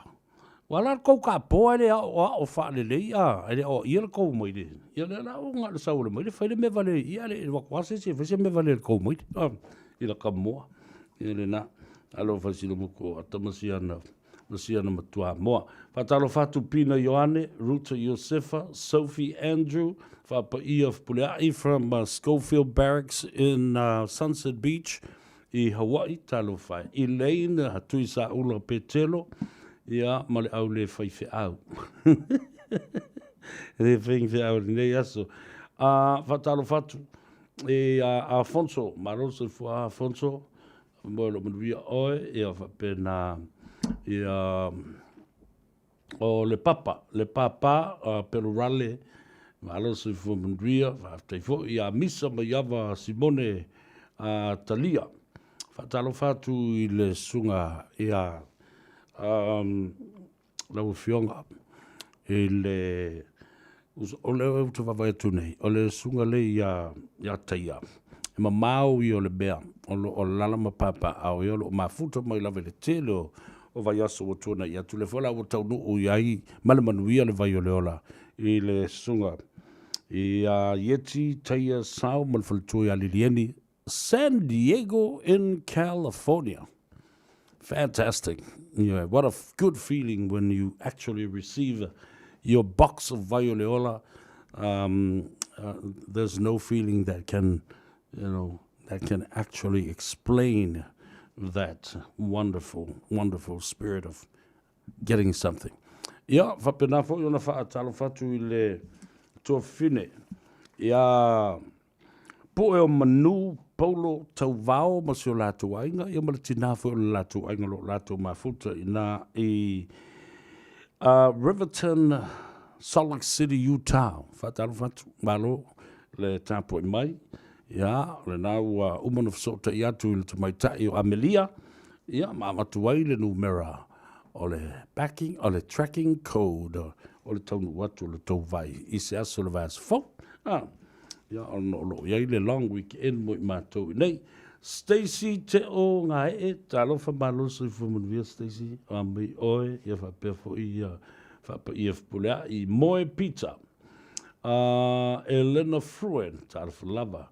Whapea fo I Jimmy Stevenson. Alolo soi fumanuia ia te oe Cecilia Toala. Whapea fo I fe ai mulitalo. O le so, ia, na mapu o tuai lo na oli sanga tu mau, ia le tina, ia whapusi whaolotoi, Rupena Pongi, o le tua a leo le fionga I le konsula wao, le tātou malo tuto tasi o Samoa, ia, la tuai foi whamaisenga ma whamawhanwhananga I lau fionga, I le konsula wao le tātou malo, ia, ua, mapuatu ono o le walau po ia le tua I le tina o le ainga, le tina matua o le ainga, ia, o na o le tua e whaitu tasi lo na whengalo. O ia na te au mai, o ia fo I na te toe ave ese atu.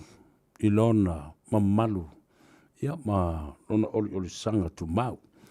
E whapena fo I se langona, watu wai whamasisenga mo whamawhanwhananga, I le sunga le whawhengainga ia pastor poe pea, ia ma le whanau, whawawau, a inga na lua, whapea fo I paolo mangafa, I le tuua ma whawhose I le malo, I le whaletua pa le tina fo I o le ngāruenga, ia sieni poe pea, I le nei fo I vaiaso, le wala au pa ia le tua, le ei ase si e alo ai, whai le moto, whai le pulo, na whaatawhea lea o pulu le vai. Ia, watuai le nganga whaavau, ia, ma whanwhananga mo lau sunga le whawhengainga, pastor poe pea, ia ma le toltonunga i lau ekalesia o le ala tau whaamarwhanwhana i lau sunga le whaafengainga i teimi o le pongisā ma teimi o puapuanga ma maftianga. Ia e tonu, ia, o le nā ua no whale a sa tu ia maa le fuafuanga, the plan of salvation o le tua, ia malona lofa tunoa, ia e maua ai le avanoa i le ola tanga ma le ola e whaavau, whaamnianga nai matu ia Savea ma le tātou porokalame o le Tanoa Ava i le so. Ia, ai fo inisi o a inga wo me masari, whaalapu tonga e kalesia, o ua ufitia i le au pongsa ono o le tulanga o le wala au pa ia le tua, ia o le langona fo i le nā. Moli e tuai ia whamaisenga mo o nā aing umoi o le ufitia le au pongsa, ia maise lava i le tele o taimi nei o le whainga o le wheiloa i ma mafuta a inga. Ia ma ua whaatapula ai fo i tangata na o le toa sefulu e aua iatu i sao ninga whapenei. Ia o le wala aupa ia le tua.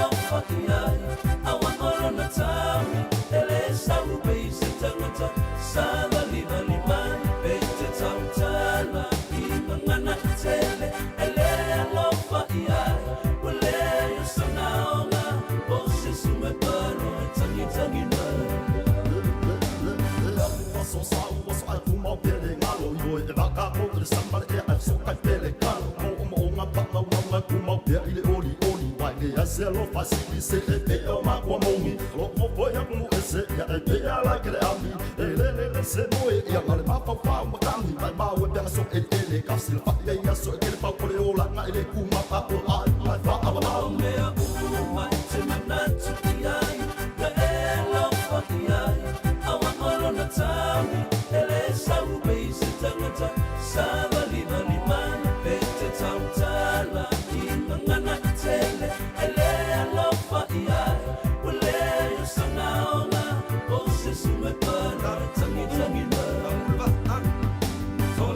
Soi sei pipi ma wile va kau fin ma le ukange I so le vasa kau poang I lupa na foi loli pusalang papa ai awale va vele mule kapulunge I masa fakali fa mule mule se fa ngile avelon e se kier koi unga fa mule ave fa mule pon ai akau mule va amanga puse awale fon ka ua ole mama se fa afei no me a uma te manat ai ya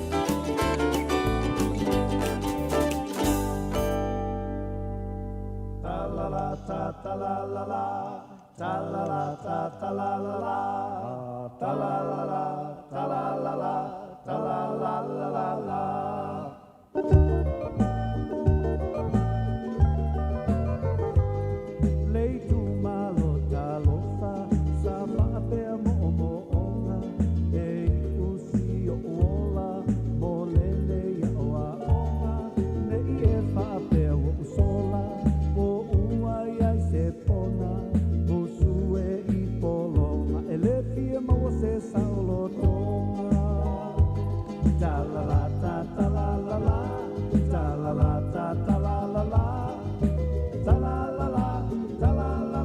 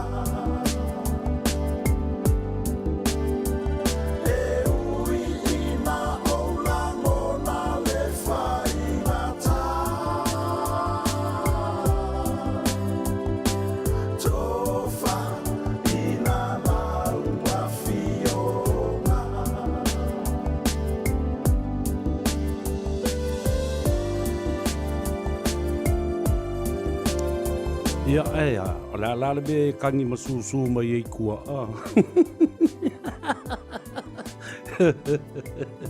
Se o foga matango fio lo uso tolu manave a su a misiluki faumina su a malova tai atango fio le na pese io la le me ko kangi au sulu ai fai ia mo le fetagi si le tu mo ke o fo le mani o lo roko i le tele o na musika na luatu nei e te matua i e kuisi e lange lo lava e makua i e fosi fufusi ia le na va tai mo musika mo atu le na le fionga e whanana Jerome Gray ia fa perfo le Mika Sisters fa fia ia te oile nei fo ia wauli o le aso tonai e le polkalabi Savea ma le Tanoa Ava e te maua i le sao. Tātou tala doa e le tūlanga o lo iai ia le whaamai le nei vai tau.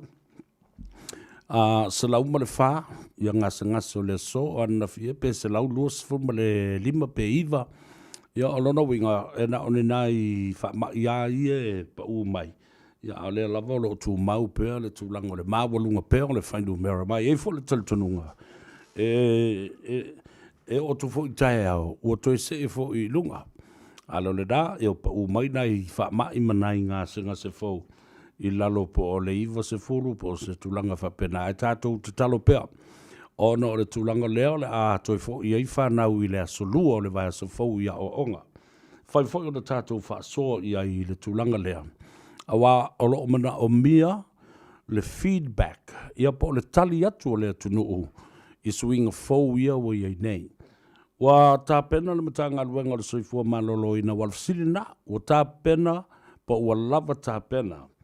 Ia le matanga luenga o le o aonga. Ia po o le minsta o aonga.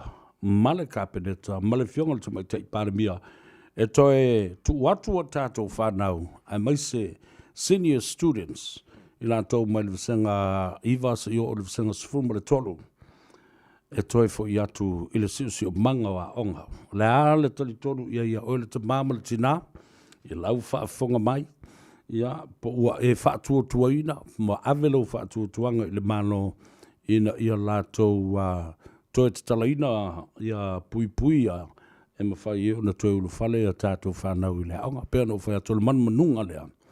E ui lava la ina o i le aonga, whai i la tō mask manu nofo fo i le lua mita le social distancing. O ta maiti aonga. Ia, le nā mūtou sila ia ima mawhau. E tu ua lo le aonga. Ia e wha ua ma ia kenge. O wō teine te i tō tolu te i tō wha e sa wali wha lau te tai ma. Ma opo mai lesi ia la pipi ia koe arasi ia ma lesi lesi. Ai, pa ua iai fo i ia se wha maunga o le tūlanga ua umai o na tui i tupulanga nei ma le sifun ma le lua tau sanga se yo o lunga le sifun ma le ono ma le sifun ma le fitu. E iai se wha mauninga o mea ia. Ia le na. E mwhai na talatu tātou leina le tolu fitu tasi lima iwa tolu. Tolu fitu tasi lima iwa tolu. E ngā iai le tātou wha so i le so. Lua sifun lima minute o te aile i tū la e lua. O wose a manua tātou tue tala noa tu i seisia tātou ripoti muli mai le whanata wale le car for you. Ia, le nau talatu tātou leina. O oe le tamama le tina, wa e tāpena e tue whafo i atu i lau whanau i le a onga. I le a solua o le vaia so fau e pei ona au mai ai le fina ngalo o le matanga ruenga malamin stawa o ngā whapea fo i le tumai tai pāra mia mana kāpeneta o New Zealand o le a toe taleia. No tanga o le whanau i le vai sa fau. Tolu fitu, tasi, lima, iwa, tolu. Ta alofa lava ba alo se fua manuia. Alo so i fua i lau whianga pesta. Ia, le swafa. Mo le tae o e whawheilo ia tu fo i lau maliu mai le ngā luenga tātou wheilo. Tai. Ia, o te le mauti noa po le mea na o masenga maua lunga o ta maiti e lalo i a o ngā pāta i ta i ele umwhaina o. Na o ta maiti lava senior students e lunga i tōlanga lua. salo e manatua le tamaita ile masani ana e fatal no ina lungo letio. O Luis tu. O lana tamala le na. Le nala. O te tali tonu pe ia e a fo. Ta ilo ia ile atunu. Ia I te ua umi se taimi langa o le e po foi lau taimi o te le atunu fa manuia le tu le ngalunga tavea. Ia. Lo fa tai fo ile wala mai. Talo fa malo se fo man wa e sauni e toi fa fo I tamaiti malo fa na le onga. Ia malo se fo mangia I lau afionga Savea. Talo fa lava. Ia malo fa lava ia ole se kautuanga fo I watu. E sali tatau anko e ave te maiti le aonga. Sei uman le tausanga. Po le ala lunga le fa mai. Wa tātou te le oiloi ai. Po tatui, po whaintu inga ta maiti, po iai honi sta maiti le whaian tui. Ia o atu la wheo lau saunoanga. Ia wha wowo le ia teine matama, ia bisi atu le wha mai le sita maititi. Ia malavea ia le sita maititi. Ia tātou te oiloi ai ia.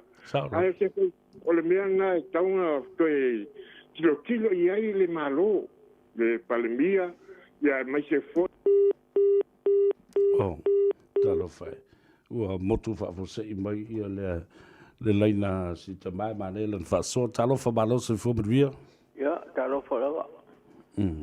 O se au whanau ka ara tui ena. E te tasira.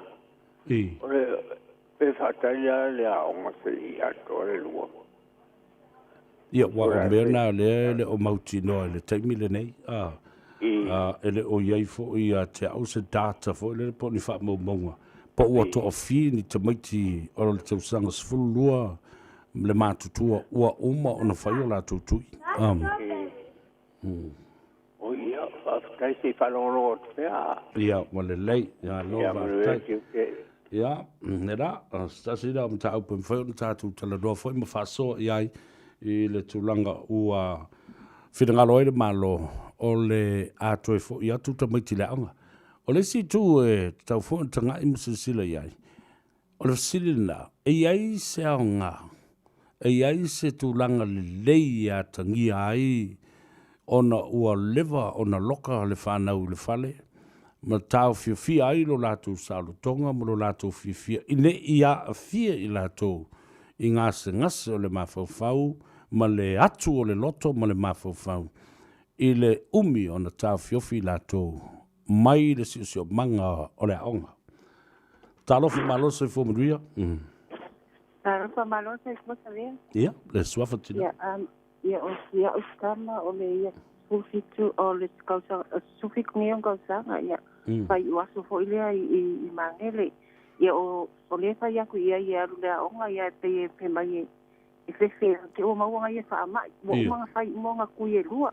Ia. Ia au ke loinga ia alo umawa e musu fo kamare a inga ave le aonga. Ia, o au iau ke mga o ave le aonga, ia ke ke alpa amai. Au a wha uma le nei kausanga ingai ka mai kipo le ase, ala e whai ala ko le ni lunga lako aonga lunga computer. Ia. Ia. Wa uio ke le o ke mga o ai o ke fefe fa mai. Ia, esa o le leia o masalo fa pena fo se la ngona. Tate mana o e tu watu le whanau. Ia ai e fo le polenga le na. Ia aia. Ia, mo le leitina. Tai. Ia, malu lal tu tele. Talo fa malo se fo mruia. Alo le ngalo e Savea. Ia, alo lava tama. Alo so malo. O te rei ropo le ale me o le malo, mala to fofuanga a Savea. Ale me mali, o le outbreak le ne, ia, nga kasiar ka ngā fia, lockdown no mali mea, level 4 lo. Ia. Ale me lo ye, o le waru nungu me le la, nuse la ua le uka kala me. O le makwari fikau ia Savea. Ia o le mea na le ia, ia vea lo uia, ma I le au. E te le, alfa le tongu, le mea le ifa ma I le, mo yo istangata I wa fully vaccinated. Ia. O le a fia ma contracting le. E fa ma. o le ala ke spoiling le fa ma o lona fa la na ia fa fa na ele lo ele o ka kai o ki la ko o ki nguma o nga ele mo fa nga o fa ka uma ia le na o ko mo ki fia se ra ko mo ki la o nga ile mekas o ke le mo la ile ma lo po le ala ko fu nga wa o fa pe nge la ka kala ia e mo ile o le mele ia e ma fa nga fa mai e ka ko nge se la ko system fo nga le se ra po Ia. E wha au i pia ia o ngā kamaki mai runga le online. I ma whai e whainga o aso ngewa o whainga whia mea uma. Au ke rei loa i le mālo pula mea o koe kakala i le. Ia, au sea uenga whaso sa. Mālo whaftai tele lewa. Tā ua tele e wai. E tō tele le atunu o ele o mālama lama ma mautino. Ia mālo o le mautoru o lātu mawhawhau. Ia po le ale mafuanga wala i una whai le mea le nei a leo e oso mawalunga ia le whai numera o e lato ua a fia i ngase i le aso ma le aso. Ia mai le ngata fo i la i le na. E o iai se whatu tuanga o matua o le asaunga le mu awa i le o whai loa ia i matua ma le lautelo tangata pe fia tamaiti wa umana tui. Ia o le a onga ba le a onga. Talofa, malo se fu Maria. Maria la fio pesta. O maile. Ia, Ria va tai, sa Maria. Mo lo wa no e sa o lele ale sa no. Ai ia tia wai. A fa fena va tu fa now. A lai foi e fa lo longo tua. Ele o a fia uma in fa ya o ngale fingo ni tui. A fa fela na va tu nai fa na u fa pena. E a foi nei o seu whanau. Tō tasi ale atali o seu tawasi ia tulanga e se lei. E lei whaia se tui a walae e to ase funu to ase funu tau sanga. Ai uma ala tamaiti o le sipai o tamaiti tia e lei ia se tamaiti ti wa ausia se sfunu tasi se sfunu tau sanga. O le winga la o le tal. Ole e pe o mea nai se pe o le ala ia te awaia o fatu la ufana o le aviata mai e sili atu le pui a loto e tau fiti. Ai le fa pe ai a o ina. Ai asa ilonga ia ele o le tala ia ai fo i mai pe a fa pe ai i fa fonga la tunu. Ai asa ilonga se matua o le alo fo ilana fa nang to a avele taimin nei. Pe a fai o laile i fai ni tui. Ia te wa ia a foi ni e se loka a lo foi nai fa na pe a ta ti lo tu nei le o la so i fu ma lo ina a faila a o i o lo no winga e sa o lo sa no wa la mo morta mai ti e ba ia tu lai friends wa leva na vala na le watu a popo fusiro Fusima, ia wa foi la le fato a mata la tala tu ni. Por masina, fa fea la na vai, ia le ono sa ia le la umanita sanga pe a pule a no fale ali e tatu ti tala soi fu ile manui ile na tau sang. Ia na toi fo ile o nai fa na ia o nga pe a o la te na fa so. Malo fa ta ia moana. Lo fa tu foi mo oi ia fa pe foi tlenga sale ula pe mo le timi e feilo ai lo fa tu foi ia te oi male ia manai fa now ia manui ia fa suivia ia fo le ia do e fa talo fa tu ai au sa vali ma lava fo ia tu balo tatu au sa vali malosi le na o le fau walking community. Ia, ele o toita ua fōlelo le whau walking Samoa. Ono, lo tala i tua, o iei fōi masaina, maisi tangata ese, o maisi hawa wali ai. Ale i tū mālo la via, la le nā. O le nā ua whawai ai le ngō fōu le nā. O le whau walking community. Talo whatuai lau whionga le teitei whono, tulutao, ia whapea fōi ia lau tau lau, whionga ia 14, whapea fōi ia le tuafine. Evelina, ia ma auto uma lava lo lang sua ma sui fono uma lava lo tato au sava vali fa moe Ia, o lo manuia o tau, ia ma whaamili ina fo i lo tau whina ngalo i le mana onga. Ia tātou vouchers, ma tātou whaamilianga, ia sa whaasafua ma tufa i nātu. Ia a wā le fesoasoani i tau mafa o le COVID-19. Na paule o le au sava vali mo kua makau ki ale vele nga whaingi iai. A lo lofa mai le council mo leo leo, a lo lofa mai ia le pulenga, ia a le tātou i tūmalo, ia ma whapena o na whaasafua, ia le meo le voucher ta ilimo se lautala, a lua se lautala, ia ma ila tau o leo leo le tūmalo, le Pacific Wardens a le whau. Ia whaurianga le nā o le tātou tui nātu o tātou taimi, volunteers, e ofo i nātu tātou te ngā lurue, pui a le saunga le mō o tātou lava tangata ito tono o le tūmalo o loo e nofo ai.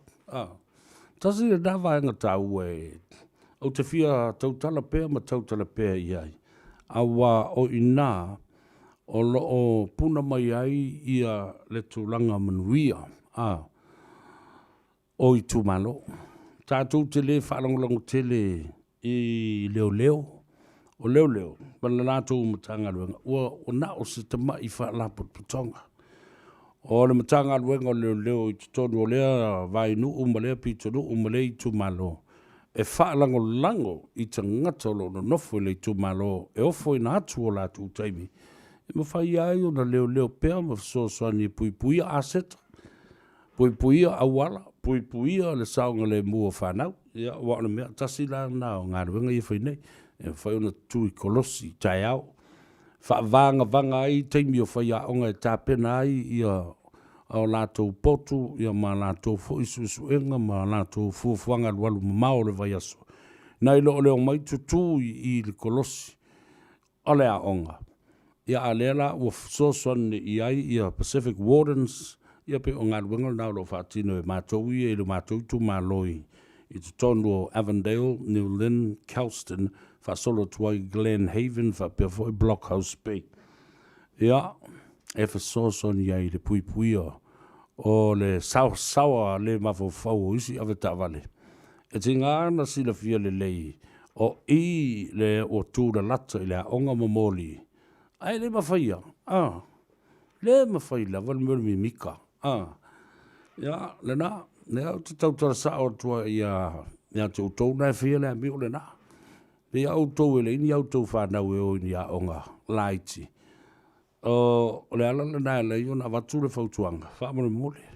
A o tū la lata i no whanga i a onga ma whapena fo i kolosi tai au ma le tū ua onga le uli. Tautua nā ma au tau, alo whangia. O lea ungani atu ma watu le fautuanga ma le alofa ma le tua lalo. Ala vea la so wakali ipo lea e la ela vea lisi a onga. A le ela vea lisi tamai titile i ate oe. I le fitaui. Toi fua i tua le to whama le fautanga e sila to ai. I awala. Awala ngā le ele whapea mo i tātou uma. Mo i tātou uma. Ia, tasi le nā vāenga ta. Awua, talofa malo se fumbria?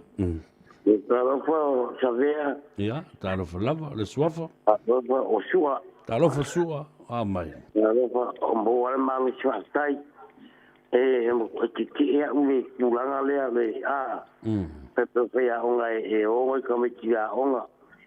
E sia hui Savea. E vive e malo e fece ski fe koa e come che fece qui qualcuno e fammi sabia che come ci mo fai qui mana e vo su come ski fe koa e come ci mo fai qui come ci nga kabia le a onga wai mungi lo suisa vea fa pe ho kamanga umbakinga ya mungi le songo nga savea ya lo kuwa onga ya wai fa no kai ba kam bichi wisi pe pasi si ama ya pasi ku si ama desi pasi mai desi ia nga be ma me ma i ka me nga afi fu ero fe a onga ia ai ka ngoi security e wa ia ka me ka me kui kui ia ka me nga e o kongo wa senga ka me kire ke ben kui kui pale ia bana tua la su o la fau sa do su bana tua le o fe wa i tangata umba umana fai tui ma la tu ta mai card fo le nale e fa mau ni ai umana fai tui e lua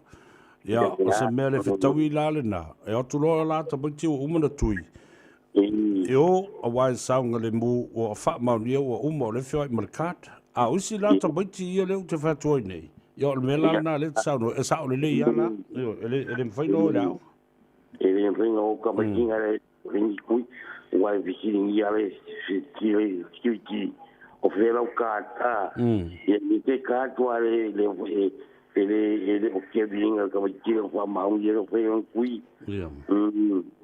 ya sa malo fa ta mau ia kula nga alo fatu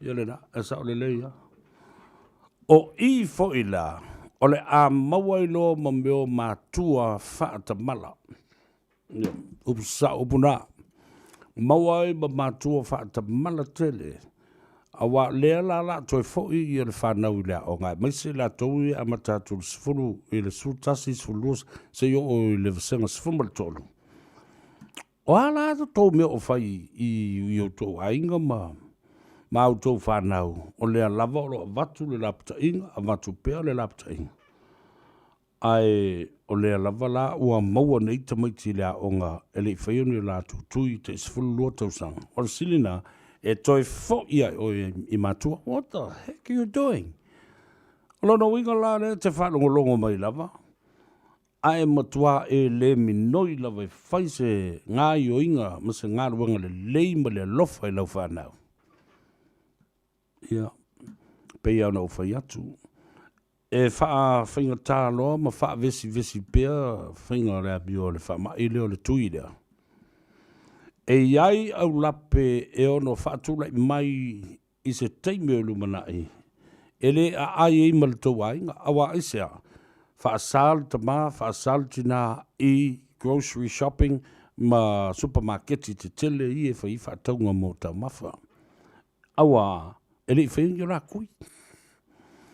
Rawa wherang ka kui le whangau, ele ka kui ia mātua ia. Ia, ole mea le nā he o iai.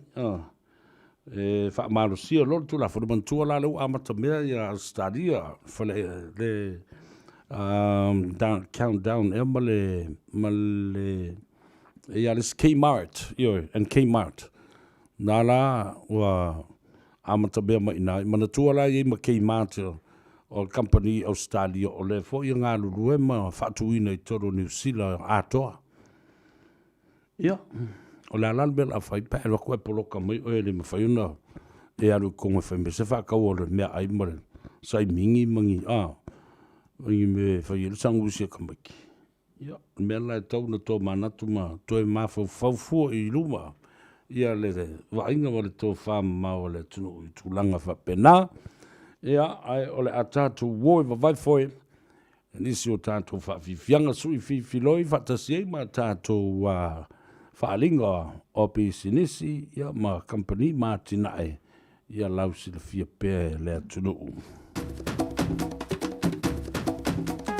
Patalo fatuai I le tātou whale o loa ma le siu fufonga o Samoa, le radio Samoa I le lo I kale stete le sunga Alex Fido ia wapena foi le usa tu lua momoti tu funga ma le sunga ia sua sua fayoso ia ma le faltua ia fina ia ma le tātou whale o loa le na I le numero Sfumal Farm McCarthy Street hun hei I kale stete ala bawa le tātou vai o leola le tātou vai a voka whapena foi ma le tele o tau mawha Samoa I le nā foi whale o loro tautua I nai le tātou tunu o whaingoina o le tautua Samoa shop bawa I ngā ma le vai o leola ia te tau mawhai ia loa foi le swinga I le whalongo I lo malos whatalo whatua foi I le e fionga i le tumaitai sa avea ma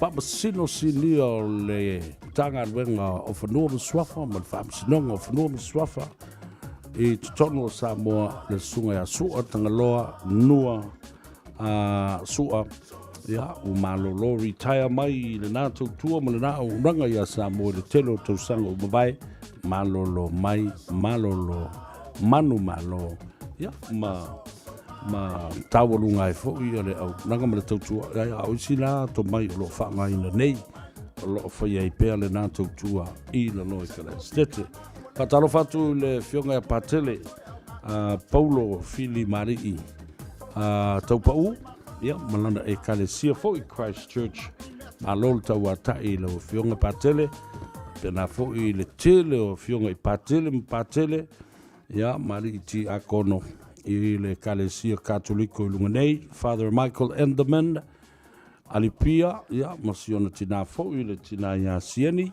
ia ma le tō telo le tō maftanga, Forget Me Not, Mrs. Moriarty, ma le mamalu o le maftanga lea awane ingalo mai ia au. Te mangai o le ngua maftanga nai tina, talo fatuali tātou por kalame, pena fo i le tō fine ia teleofa, masula tō fo ia inga i nai te motu, oso ma tuangane ma ainga talo fatu tātou por kalame ia te utau molo tōpa ia maurunga whaamboe ia olo manuia.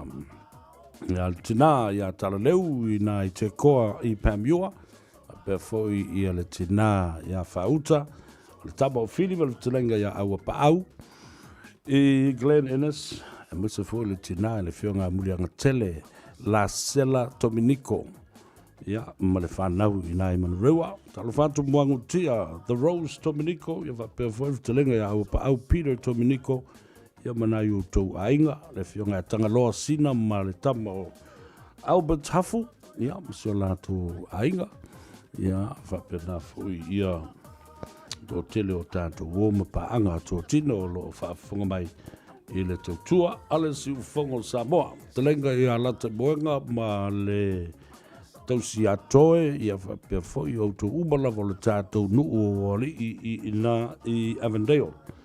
Le sunga le lali, Taualangi, ia whapea foi pala e sina whautangia kitiona, o le tōtelo le tātou maftanga, o le nuu o le tuli manu i New Zealand.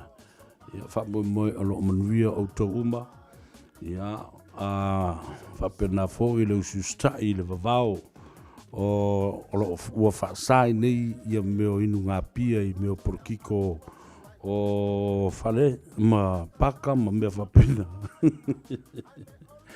Ma le ususikai leo silao. Ia, alo whatu silao i atoe ma siu tau fōi a inga nei vaenga o le tautua ale siu whongo Samoa. La tātou o le a kare pese lea.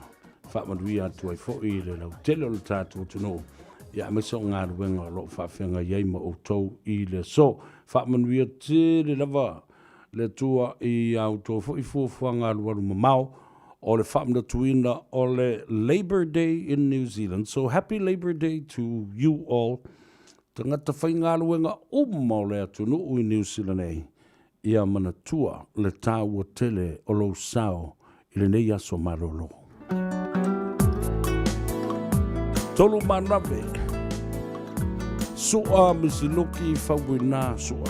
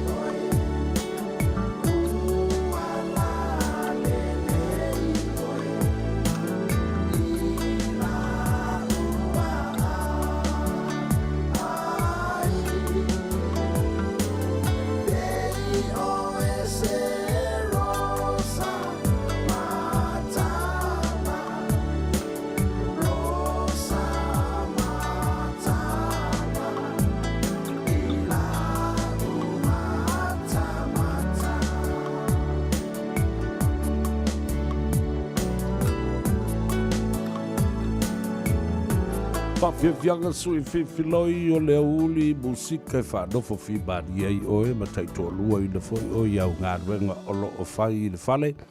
Ia po e ti e fo i lau taavale o te tonu o lo ofisa le sunga male si ufonga mātako fie. Ia le nā tonu manawe misi luki sua whamui nā sua. Ia ma le pesele nā e whanofo while mūlele ei oe.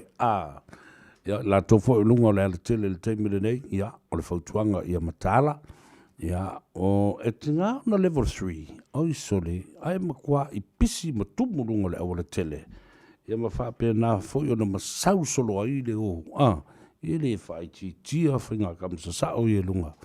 Ai, na ona o fautuanga tu whapea nā, mana tua foi o le road toll leo lo whanga solo nei, ina ia mauti noa, ia o le whai tia.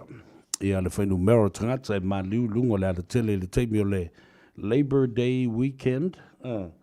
Ina ia mauti nono lātou saunga le mua mawhaititia le nā whainu mera. O le tuinga o le vai asona se ima vai atu nei. O nisi nei o vaenga sa taulai ai ia le vaai. O tulanga lea sa iai ia le tātou mai i la tau e afe, tasi le afe 5, tangata na tui i le aso lea, i le pito nuu o manu rewa. Fast food ma le tasi pasene, ea o i la tau na whaia le la tau tui mua, whaia le tui mua le na. 5% o i la tau sa whaatino le la tau tui lona lua. Valus fulma leono pasene o tangata na, o tangata mai atu motu o le Pasifika. Oisi, e ono pasene na o tangata Maoli. O tangata Asia, ua na o le 3%, ia ma palangi, ia, ele o ise pasene i le mea le na. Maila o palangi e 3%, ia, le umo watu 3% o le whainu mea le na tasi le afe 5 tangata. Mai i la tau nei o tangata Pasifika.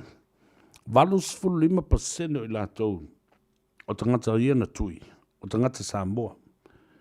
7% o tangata Tonga. O le isi vaenga, o le 4% o tangata mai Rarotonga po le atukuki.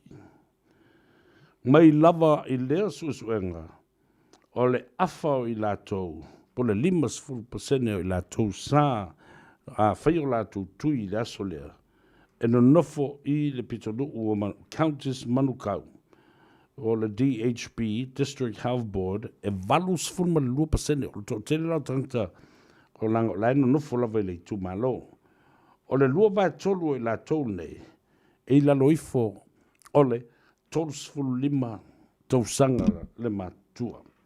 Ia na, o se vainga na i whainu mera o le tuinga tele lea, le vaxathon, mass vaccination le na whaia i le vai asona se ima vai atu nei. Ia na o ia le pitonu u lea o manurewa, le netball courts i na i Glendon. Ia le lei. O la tātou woi vai foi, wha malo tu ia i la tau o lo ilunga o le tātou apia fōlinga, le ngata le Facebook page o le Radio Samoa fa pena foi ia ma le tātou YouTube channel. Fa talo fatu i le fionga ia teito lavi ia ma so la to foi ainga me se foi le sunga le pali tele. Pali tele tuito fama inga valu ia fa pe foi le tamo peko ia ma le kambo fai konfiki i nai Avondale. Ma lole ma futo mai i le au nanga mara tutua ala si ufonga o Samoa mo oe le nei fo i astorai.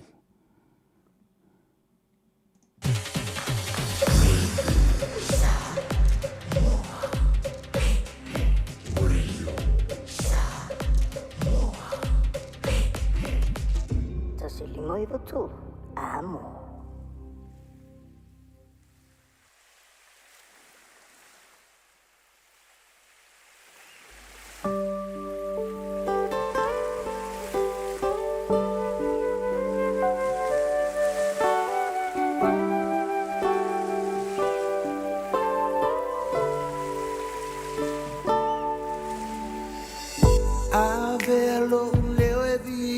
le atua o lo utofi le e fai ma le fa amaoni tau tuai le ali I malo aina o le manui a le amonei ma so uma tuma pelo sa o lo tona ngai amaliu ia o la lo uleo malo alofa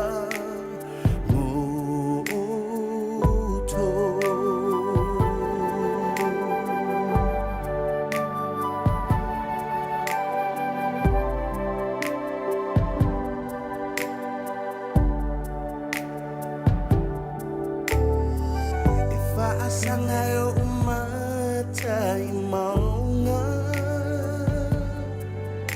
e o mai ai lo fesoso ani o lo umalo si mai le lea o le na faya le langi ato le lalo langi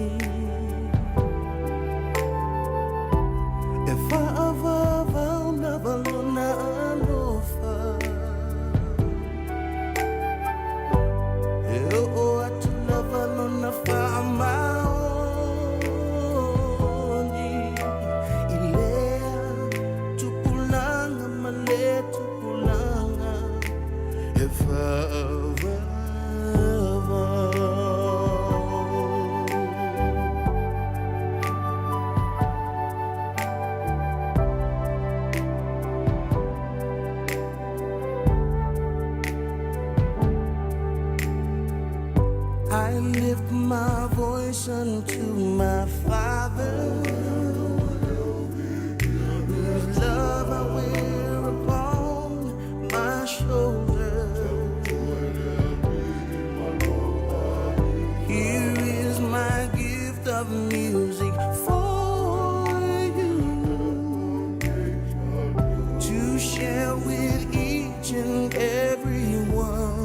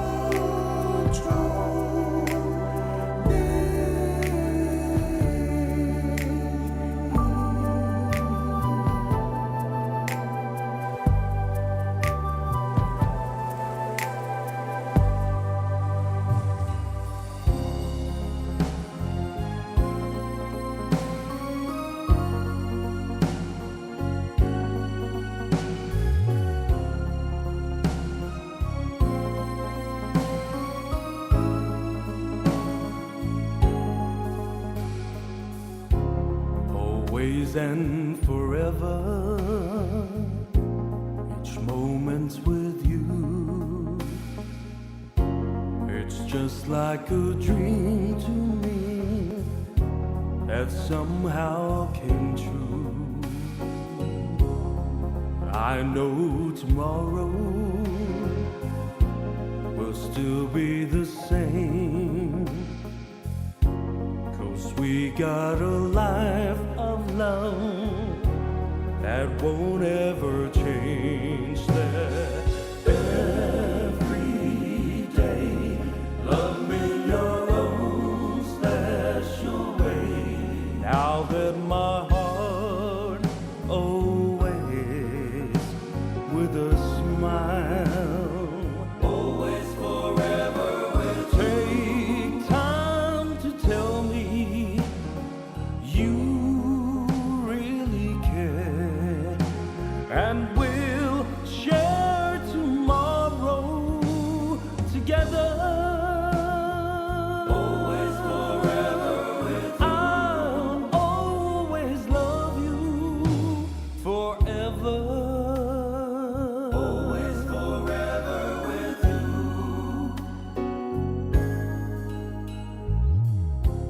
There'll always be sunshine when I look at you.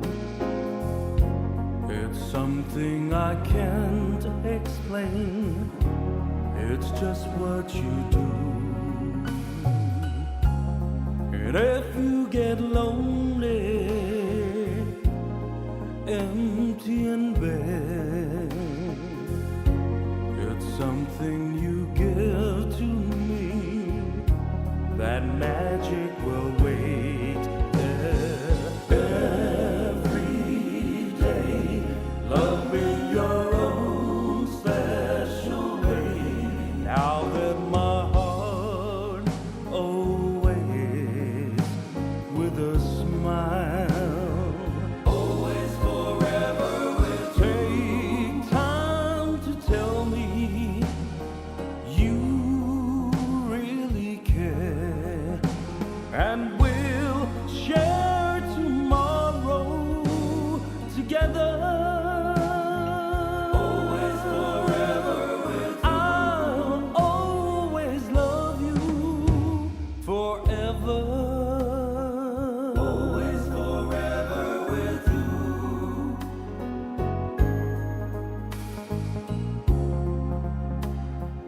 Always forever with you. Ooh, baby. Always forever with you. Oh, baby. Always forever with you. I will always love you. Always forever with you. Always. Auckland remains at alert level 3, but we are easing some rules. A maximum of 10 people from 2 households can now meet outdoors for social gatherings like picnics and barbecues. Separate households should maintain physical distancing. Groups of 10 people can also attend organised outside exercise classes like yoga while keeping 2 metres apart. Remember, all other alert level 3 rules still apply. Find out more at covid19.govt.nz. Warm Pacific greetings. Are you thinking about buying a car, a house, or planning a holiday, but you're unsure how to afford it? Perhaps you need a financial mentor. My name is John Saluni from JMS Chartered Accounting, and we're offering a free mentoring educational program to help Pacific families improve their financial literacy skills and also a pathway to home ownership. Please note that spaces are limited. For more information, please call us on 0800 567 228 or visit our website www.jmsaccounting.co.nz. Let's get back to doing the things we love. The government has announced the next stage of the COVID-19 response plan. Auckland will move to this new framework when 90% of eligible people across its DHBs get fully vaccinated. Under the new framework, you'll be freer to move and live safely, with less disruption. You'll need to be fully vaccinated for guaranteed access to sports events, bars and restaurants. Get vaccinated today. Find a walk-in centre at covid19.govt.nz. 24 hours a day, 7 days a week. Radio Samoa streaming live on www.radiosamoa.co.nz.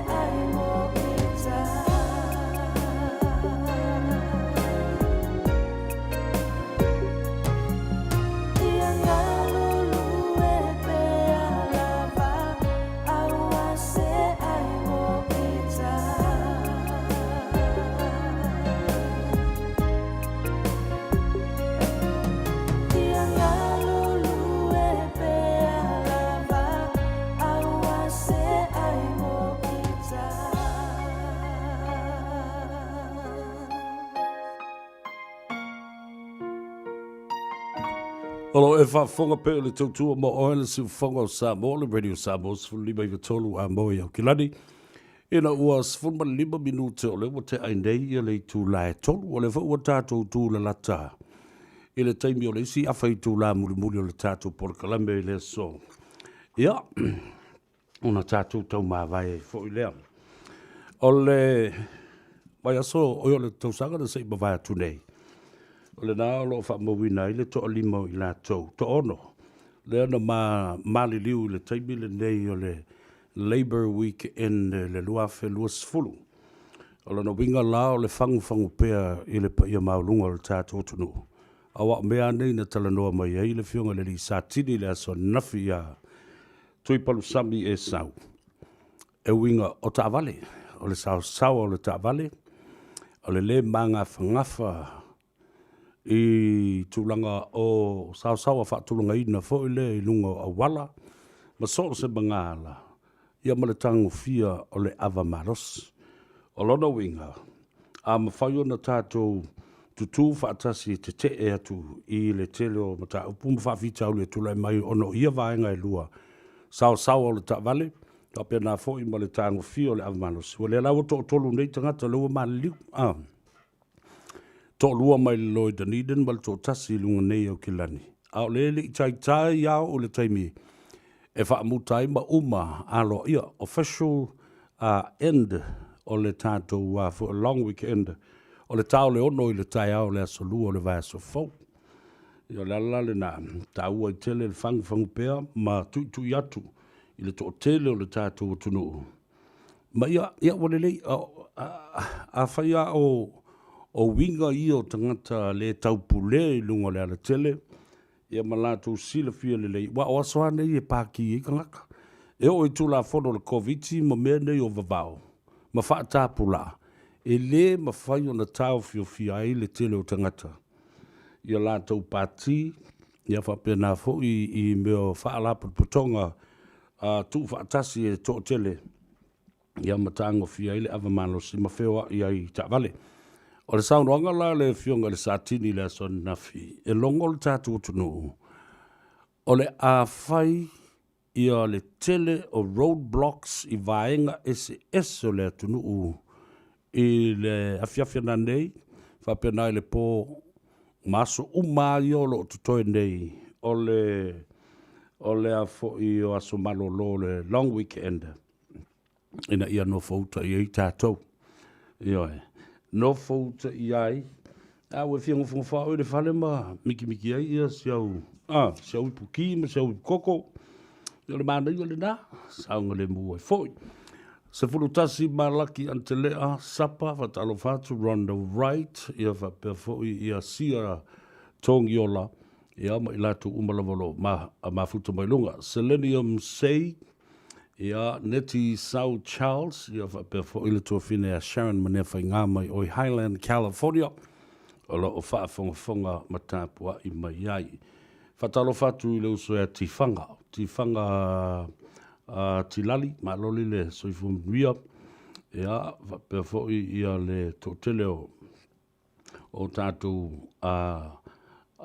vaenga i o nā i paanga masani lewa i o lo o whaatasi mai pe astona i uma i o maso se teimi lava o aso le vai aso o ai lava e tautu atu i le se ufonga o Samoa o i la tau lava nei e pe e momoe e runga o le Facebook page e ma le tātou YouTube channel o le aso ia o le na matua masi i atoa i o le malo ua tū le whionga le tumaitai pāremia ia whio me Naomi Mataafa o le sui pare mia, le fionga le saoli i atuala, te vanga Bonifacio, whapena fo i le te fono, o le a fo i le kapeneta atoa ma Swimming Star ma le mamalu o le whatuatua i le atua Samoa.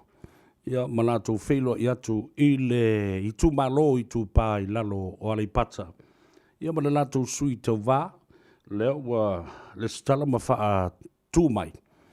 O le fionga ia whale o mawaenga, le fionga le ngāwhitasi, po le fionga fo ia fui maono, Dick Tafua. Ma o ia le nā o le sui o le ata mo e mai ina ia le pata I tūpai lalo. I le whaalawi loa po le road show leo ua whaanga solo nei. Masalo a mai o leo na se leo le lātou a whaalinga ma le whaalawi loa fo I le tūmalo sa whata. Galo tu lai mai e ina ia le sunga ia lau matia lau a manu o Ringo Pasau o le whainga palota le nā sa whata. Ia whapea fōi ia le tūmalo sanganga le lua ma le sanganga le wha. O na whapea nā leo na se atu I leisi o lātou sui o lo tau wā mai nā I alofi. A ana alofi numera lua o le sui tau wā te mai tai a lolo ma tau wama e seta. E a ma le lātou sui o lo tula I mai whale alupo a fuiono te Nina Crichton. I le mai tau watu la I sui I tāmu mo e nei wa lea mana tua fo o le to fitu le nei. Na manu malo mai ai I a sui o le chapipi le na pa u I whainga o whamsinonga fo I nei o petitions o whainga palota. Ia lau toi fo I nei I tua. E whatino palota la iti nei. Mai e wawai etu. I lau wai whare mafau fau I ai. E pe I fōlinga mai o le ono. E ono lava. Ia I lātou. E ma whai ona sauwhia mai o le whainga whilwhilinga like titi leo pānota laiti whai tū malo. Petition o a fo I o by-elections nei. Whatasi ai ma le sui o whalea lili numera lua. O lo tūlai mai ai le si fo I sunga I lauli I nai le tū malo le nā. Ma le si sui tūto tasi o lo tū mai nai sa po e le whionga fui maono mai awa. A peo lewa inga whare mawhau whaule nā I ai. E le malo losi o sui le I lo tūlai mai. Ia male talitonunga o tūle epa male chapipi e mawhai ona toe manu malo mai ai. I palota laiti nei. Ai lau le nāwa ai whare mawhau whau I ai. Ona o le si tū I le wawa I atu. I le ua mai anei ona o titia uma ona whamamā I a swafa o I lātou. O lo I le lola palota e le te tau o na palota. O lono winga o ni whainga whaasoli tu la whono nei. I le tele o tau sanga o tūnai. Lea lava sa whai ma whai pia. O na tūlai mai sui o le chapipi. I tu tonu o le tele o I tu malo nei. I le taimi la leo o tu atu nei I le fionga le komsino o whainga palota whapena whaile le ofiso o whainga palota ma le au whainga alwenga ina. Ia wha ma mā lola ia o wha atonuina nei le fionga le whonga whatalai. Ma le kapeneta. E o atu iai. Ua matua I la iti ātanga ta moni o le tu malo. E te tau o na palota.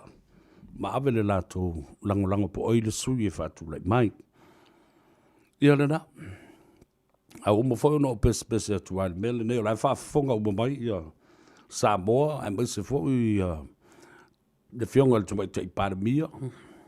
Le sui pandemia ma le malo o tu le malo fo o tu le te mile nei. Fata se foi matu le epa ma le chapipi. Ele ai se tu malo e vale tu liba ina la tu to fa mal fautanga. E fa tu le mai so la tu sui. Ai alu I le I tu o loo a ngai ale malo. A wai le ili wha mrianga I maua mai ai ina. O le a lau fua I ai. Nā o le otu no nofo ina. Nā o le te. E la tau te le maua le whainu mera. Pe o I fo I e tasi a se sui e sao mai whainga palota ni I fitu. E alu I le whatutua le tua Samoa. E le mawhai lava. Ona toe lue ai le whaavae o le malo fau o tu. I lau talitonunga o le malo fau o tu ina ua mawai le fast food tausanga. O se ei le chapipi o le malo na tofi le tua.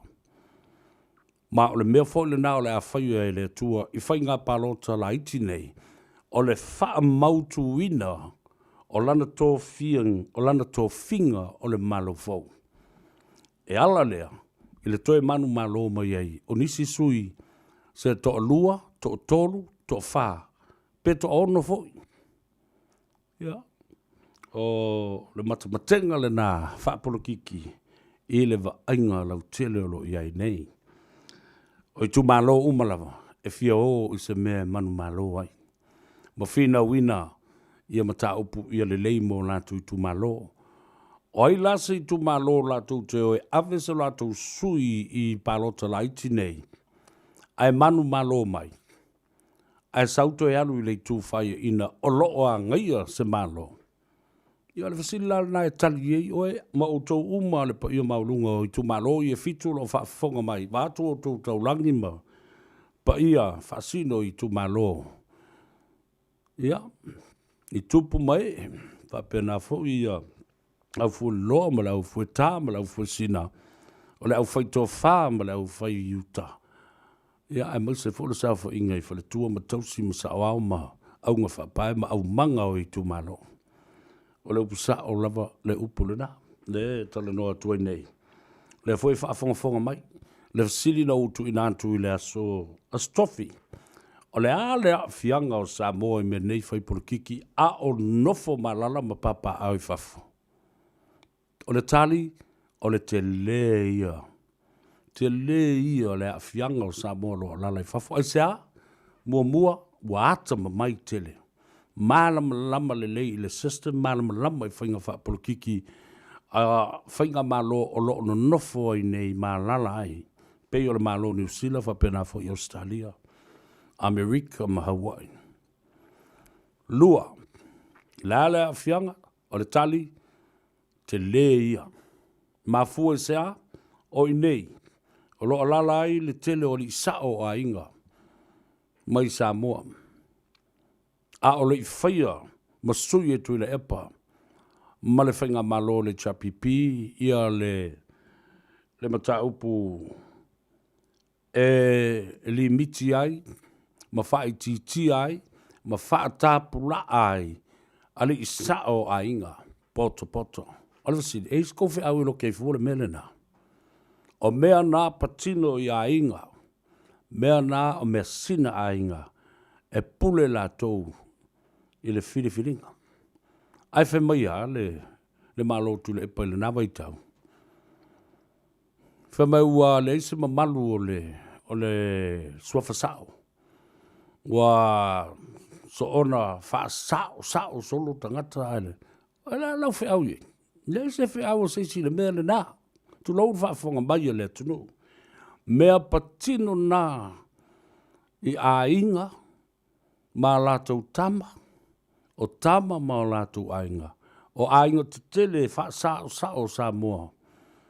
Ioi, le mea le nā. A fitu lama ia fui whale o se ainga, ai whai nao le lima. A wheo i isi vai whale. E wha mamanga ai tulau wha whonga le tunu. E ala na umi tele nei mea ma vesi mea. Nanga i le tui ua wha. Milia ia tātou upua wa e fe alo fai ai manatu malangona. Tō sa sao a upu e fai ai. Na wha whonga le ala ia le iai. Wa matana popoto i tu malo. Popoto i tu malo. Wa tali tonu fo i le atua. Wa uma le fast fulu tau sanga. Sa whetai iai pongi sala ingo i sala elu i le vau. Ai le mamao ale. Le vau ma le nuu o kanana ma le nuu o le folfolanga.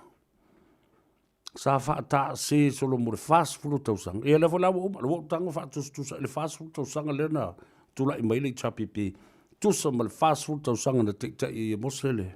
Wheraunga i Salaelo. Ma whaaka milo i a merry-go-round i le mele. Le nā, se ia whioti tangata leanga. Le au mui ma le au whai upu leanga. Ia mai lātou te whau i mea leanga. Ia pia leanga le nā. Ina ia tātou toi nofo ma toi mawhau i ai. O le whaatula ngana o le malo le tua. Lea ua o mai le teimile nei. Mai o le ato e wha mautu ina foi. E le tua lana to finga o le malo fau. Mō le lumanai. Ia le na, te ia na uwhai atu ai, i le teimi ua sola. Tātou, no fulai, wale si la vaenga tolu ese le malos, ia i o Samoa o lo lalam papa oi fafu. O le paua le i tangata Samoa o lo lalam papa oi fafu, e ui na le o, iai se tu la fono i whai na tātou pālota atu i fafu. A o le tupe, o le tamau a inga, o tonu o lo whai atu i nei. Ia i la tau o lo lalam papa oi Samoa o lo whai monutanga li isa o le nuu le kalesia ma le tu malo. E malo stele le pao le lua tu nei. O lona winga foi o le nafa amtalanga. O le tele lava o le fautuanga e avatu i nei. E li isa o i o latu a inga. Whapena o latu tau a inga, ma le a inga poto poto o lo iai. E tele lava i na amana ia e i latu o lo o lalama papa au i Samoa. Tātou o, vai foi, ia, tā nai pese ia, wa ele o toi ubi foi o le tātou tau bavai lea, o leo o toi luas funma le 5 minute, o na tā leo le tūlai whā, tā le tūlai whā, sisi ofe o le tautai, ia, ma wha sifo, ia, wha pena foi o na, wha tāpena mo le wha ai whanua, ia, o ngā whaire o le kākou pese muri ma le kākou kaloka ka ape, ia le na.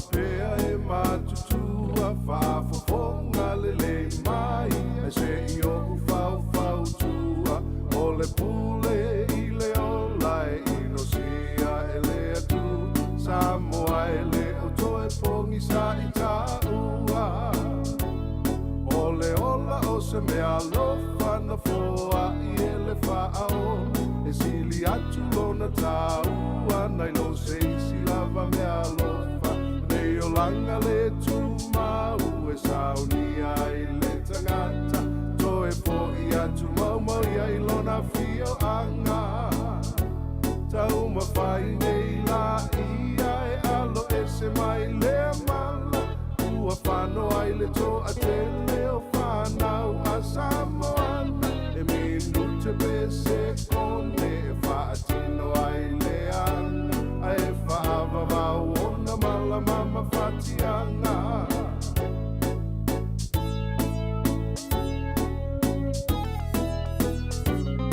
a e tai o matua te talo atu i le atua musu mai lo nanga whaapupula i o mata pe usu o sau pese e tuli ese ai satan le nai tu yo au tafa male pelu afi mana tua le whaaola na whaao so ina foki sa te talo matu atu ilo na tamai le ana pongi e le imanu malo ai whai toto au seo le fia male oli o siona taui tau ma whai nei la ia e alo e se mai le mala ua whano ai le to a te leo whanau a Samoana e minu te bese kone e whaatino ai le anga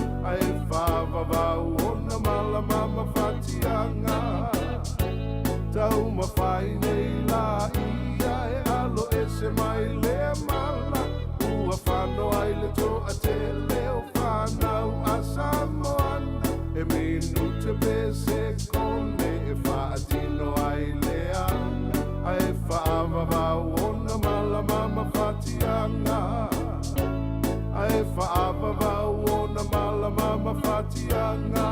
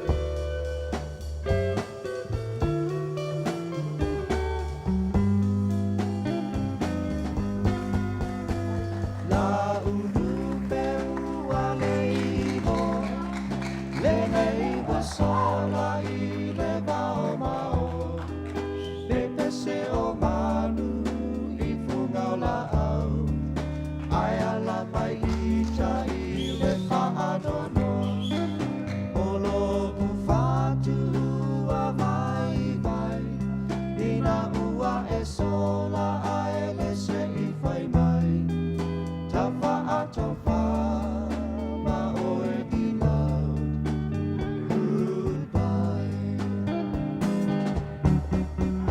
Le upu o le muana nana Na ua tanuku la ufa asalan Moi I manu ai ala I mala Tangi e maringi ai o udoi mata Oronga lo fai ma umana mea Lo sa o lo tonga o ito o fea Ai ui I lea o te talia So o se mea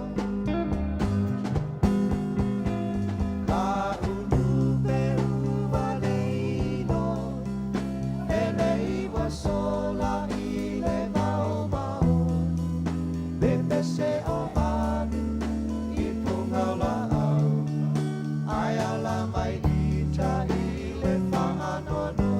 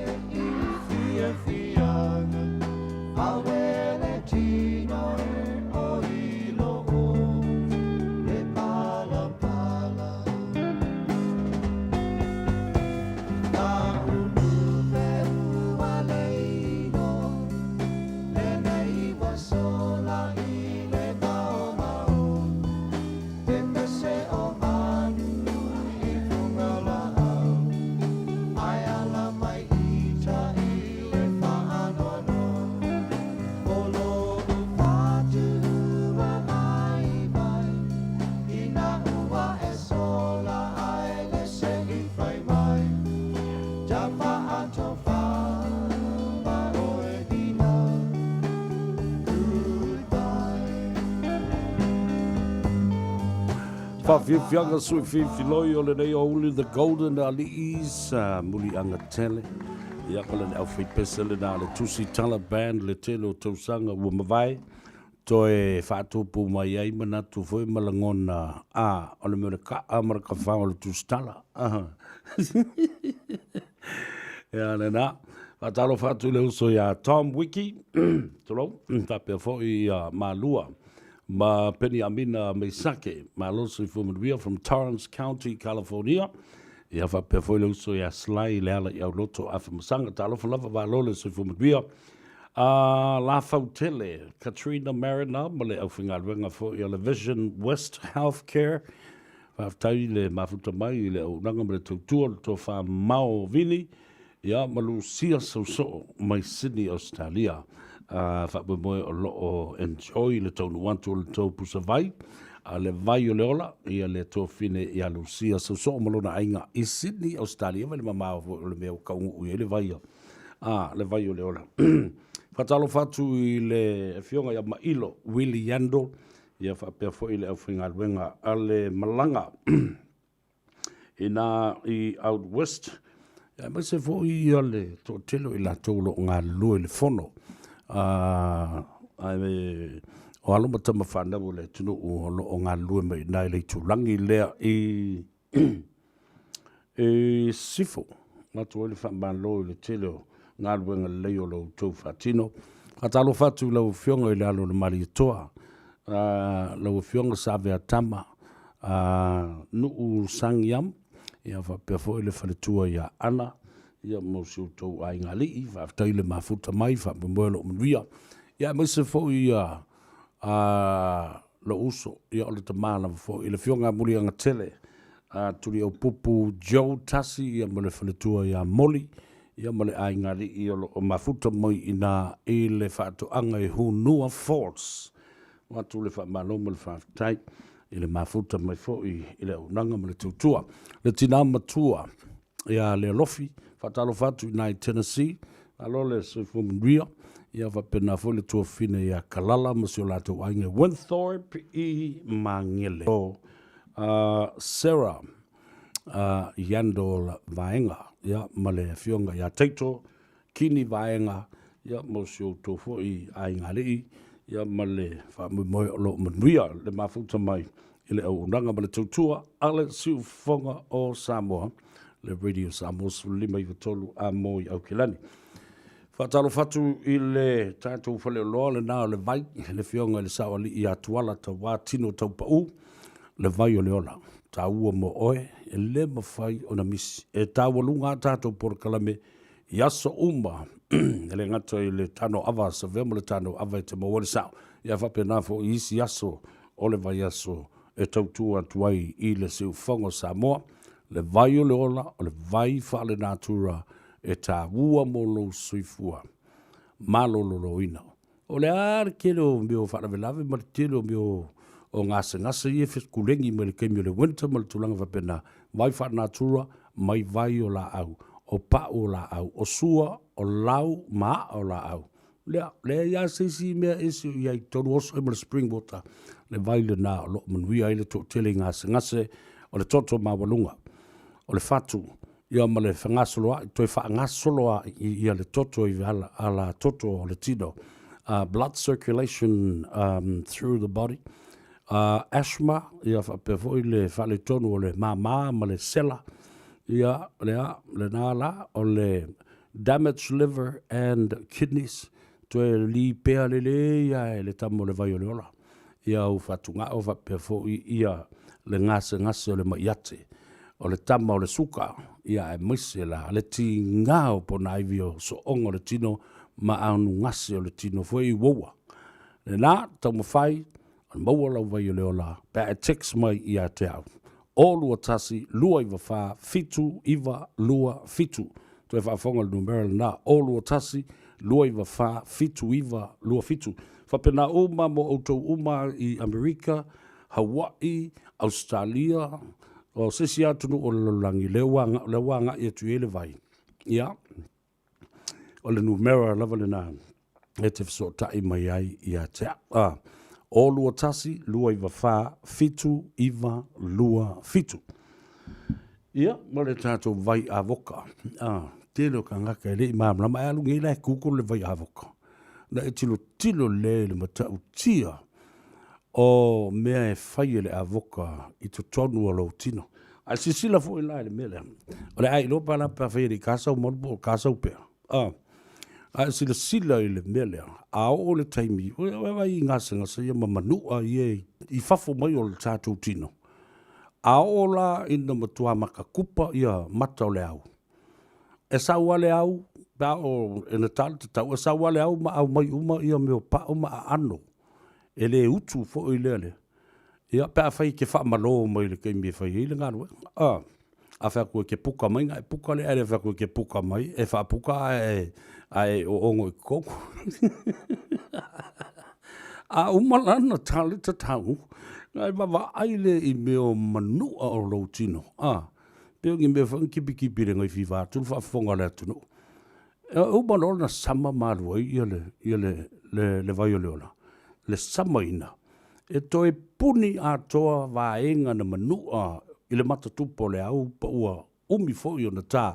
Ai e le utu le a fo i le lama.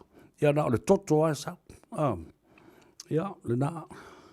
Tangai foi ma sisila i le sauringa e tāwarunga i le sama ina o le tatau. O lea. O le ano. Le nā e samai. Nā vai le koe smooth le o le tino le tamara sanga i miti ia whapea fo i le malu o ta mai tai. Ia ai le ngate le nā. Nā wala o whaiaku. E au ngā le lei. E au ngā le au whai upusā ma lau whai lau palau vale. E umalonga e ingu ai. E vai le ngata. E makang fo i solo ilo mua ngai o maka. E le ngate le mama toi au le lei ma le matango fio au upu. Ai matua mo mosi e fo i mau fōringa ma e au le lei a kiri ai. Kusa apele isa o kupe a vapai. Whaafitai atu, Lisa's Pacific Fashion, e wha au leia fo ia, au le lei aso i le la e ua e fo i mai. Whaafitai, whamalo, anga le lei fo i le tua i le ngā ruenga o lo o whaatino e tautua i nai ia le atu. No, ia le nā, e lua se fulu tau o le whanga. Ngā se kama i mea rawa, ale tau o lo soifua. What's the cost of your well-being and your health? Ia le nā, tātou whangu nei lua, e moa i tātou whale o loa e lua, lea ua iai lua tātou whale o loa te tele, numero 13 Lappington Road i Otara, i le fionga i atuala, tau wā tino tau pa u, mal filtui a peka, mal kama o Tino Junior, male a ingari i. 13 Lappington Road i Otara.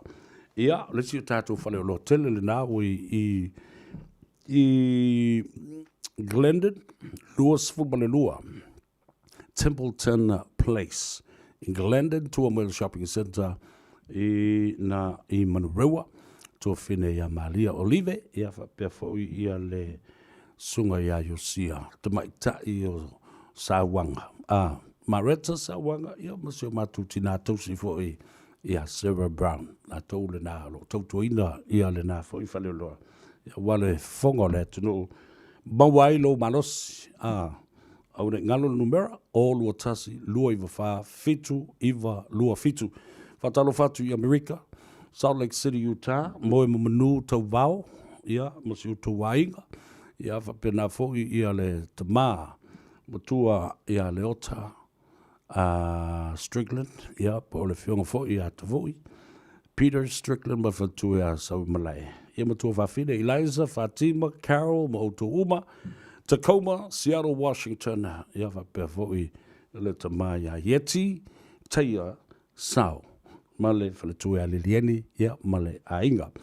Ai aso whanau leo te whatu leo lo whailunga, o le aso suifua o le sunga le ria wao, ia tau whono ke pawa, Ria tele lava li lo wa suifua i lau sunga le ria wao, le kanesia, ia, amri atu tātou proklama, Savea le Tanoa Ava le rei astronai, ma kāwhanga whao ia Teresa, luia lau launga le aso atai au, pe a whaio, ngai whakanga, yang whaio launga fola, fo le ilungo al pula. Ia, whatalo whatu fo, i matu he whaamadu atu le a so soifua o sio matutina ia me tita tau pa u a toanga le valos fuma le lima tau sanga o lona soifua le nei vai aso anga le leile atua ma wha maduia ia te mawalo fifia ia mawalo maros ia ma futai pe le ainga fa wau lau tautua le ngate lo lava ainga le kalesia le ainga i Samoa ia ma ainga i nei New Zealand lofa te lea tu Savea mo oe ia ma le tātou porkalame le Tanoa Ava e te mauai ngā o mea sa sao i le vai asu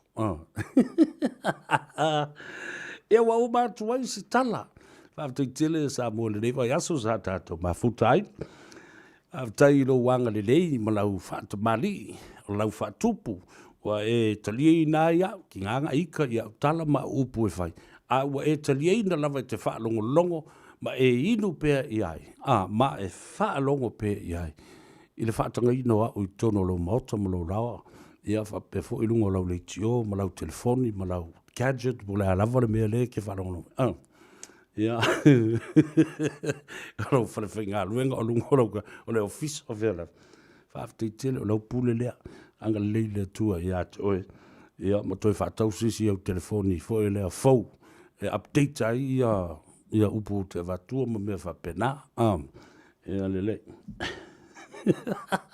ame keika o kalamari ia foi a suanga le nao le vatele Samoa au mai a vatu tātou fia o le teimi o le whaamai o le teimi e vaveoso i le ita ma le on sai ma le a tātou loa le lei fua ma fika maria le mea e moa lo fia moa lo fia e whapele o ni au tala tale kakale o sa veo mo kwa maria ai le o te le o mana o e whaati ngāra uanganga na o mea sa saoa ia a vatu a le tala fia ngai la ma lau sila ma lau wha longo ma tusa ma lau ma fau le wha tatianga o le ala fua le mea leo tala noa tuai ia na le whetau i la ia leo le mea o e whini ngaro ima le mea o leo tala noa tuai ia nga ke ia leo e whari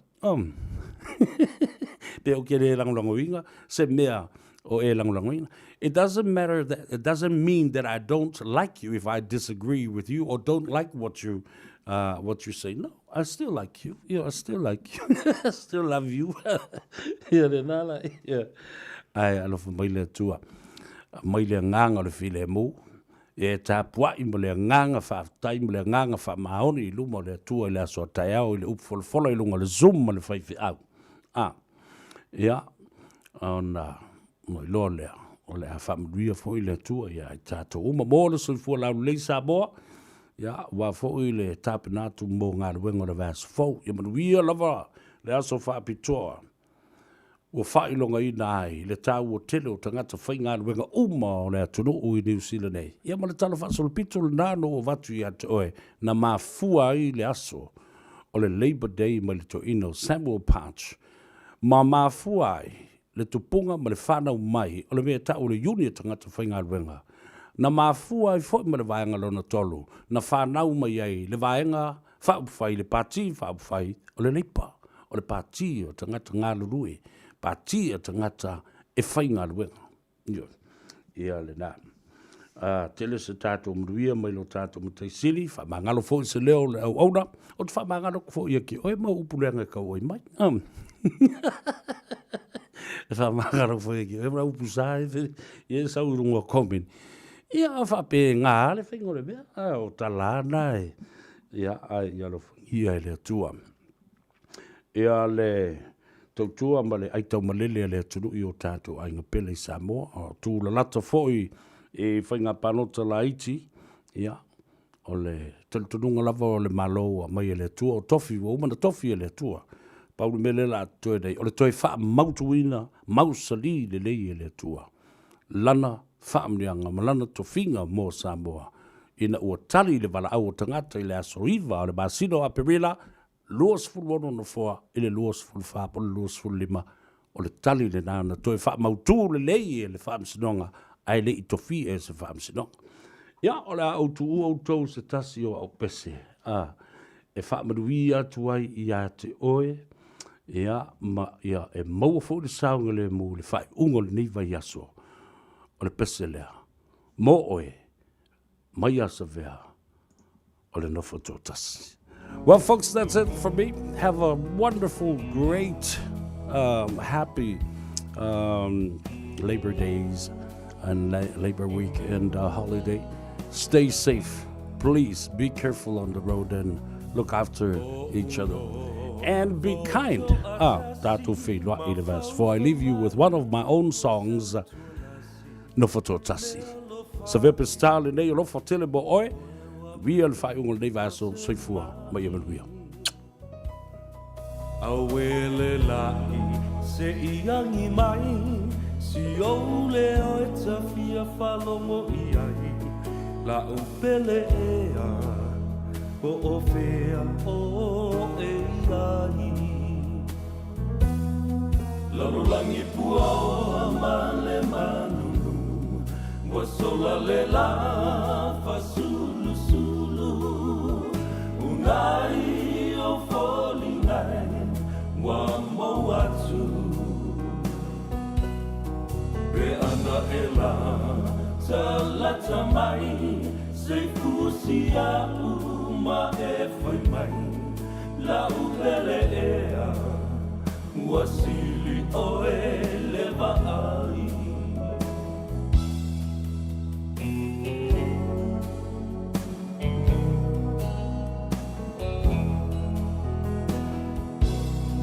E moni ai o Solomona o vai e telele tineia le lofa e sole sami ma le au e fe tawheai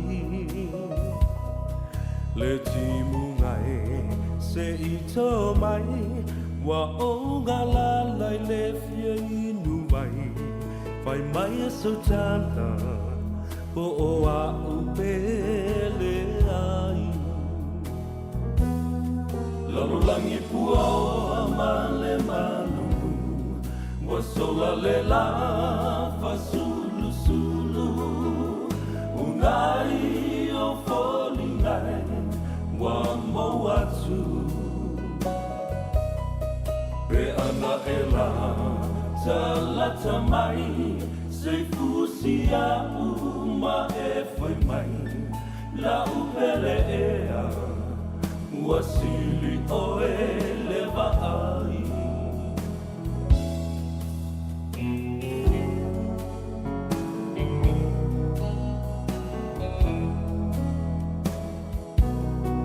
Le masoninga a oe maita la upele ea le fanga luina o te wina Ea oe isi o ufatu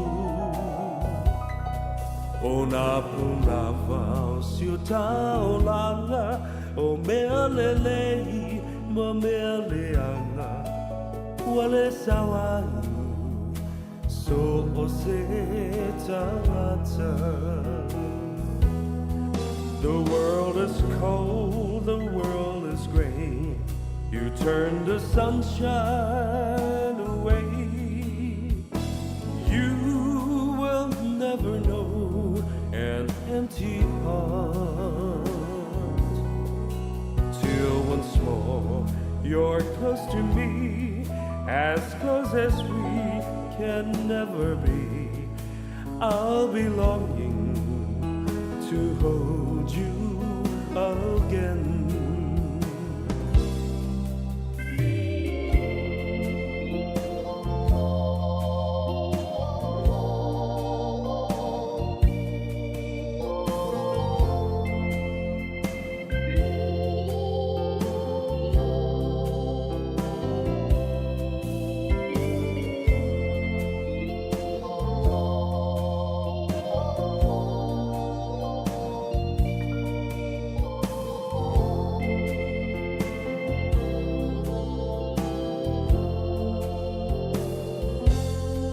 Lalulangi pua male malulu Wasola lela fasulu sulu Unai o folingai wa mawatsu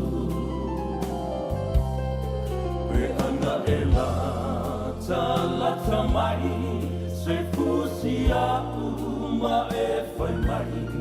la upele ea wasili o ele vai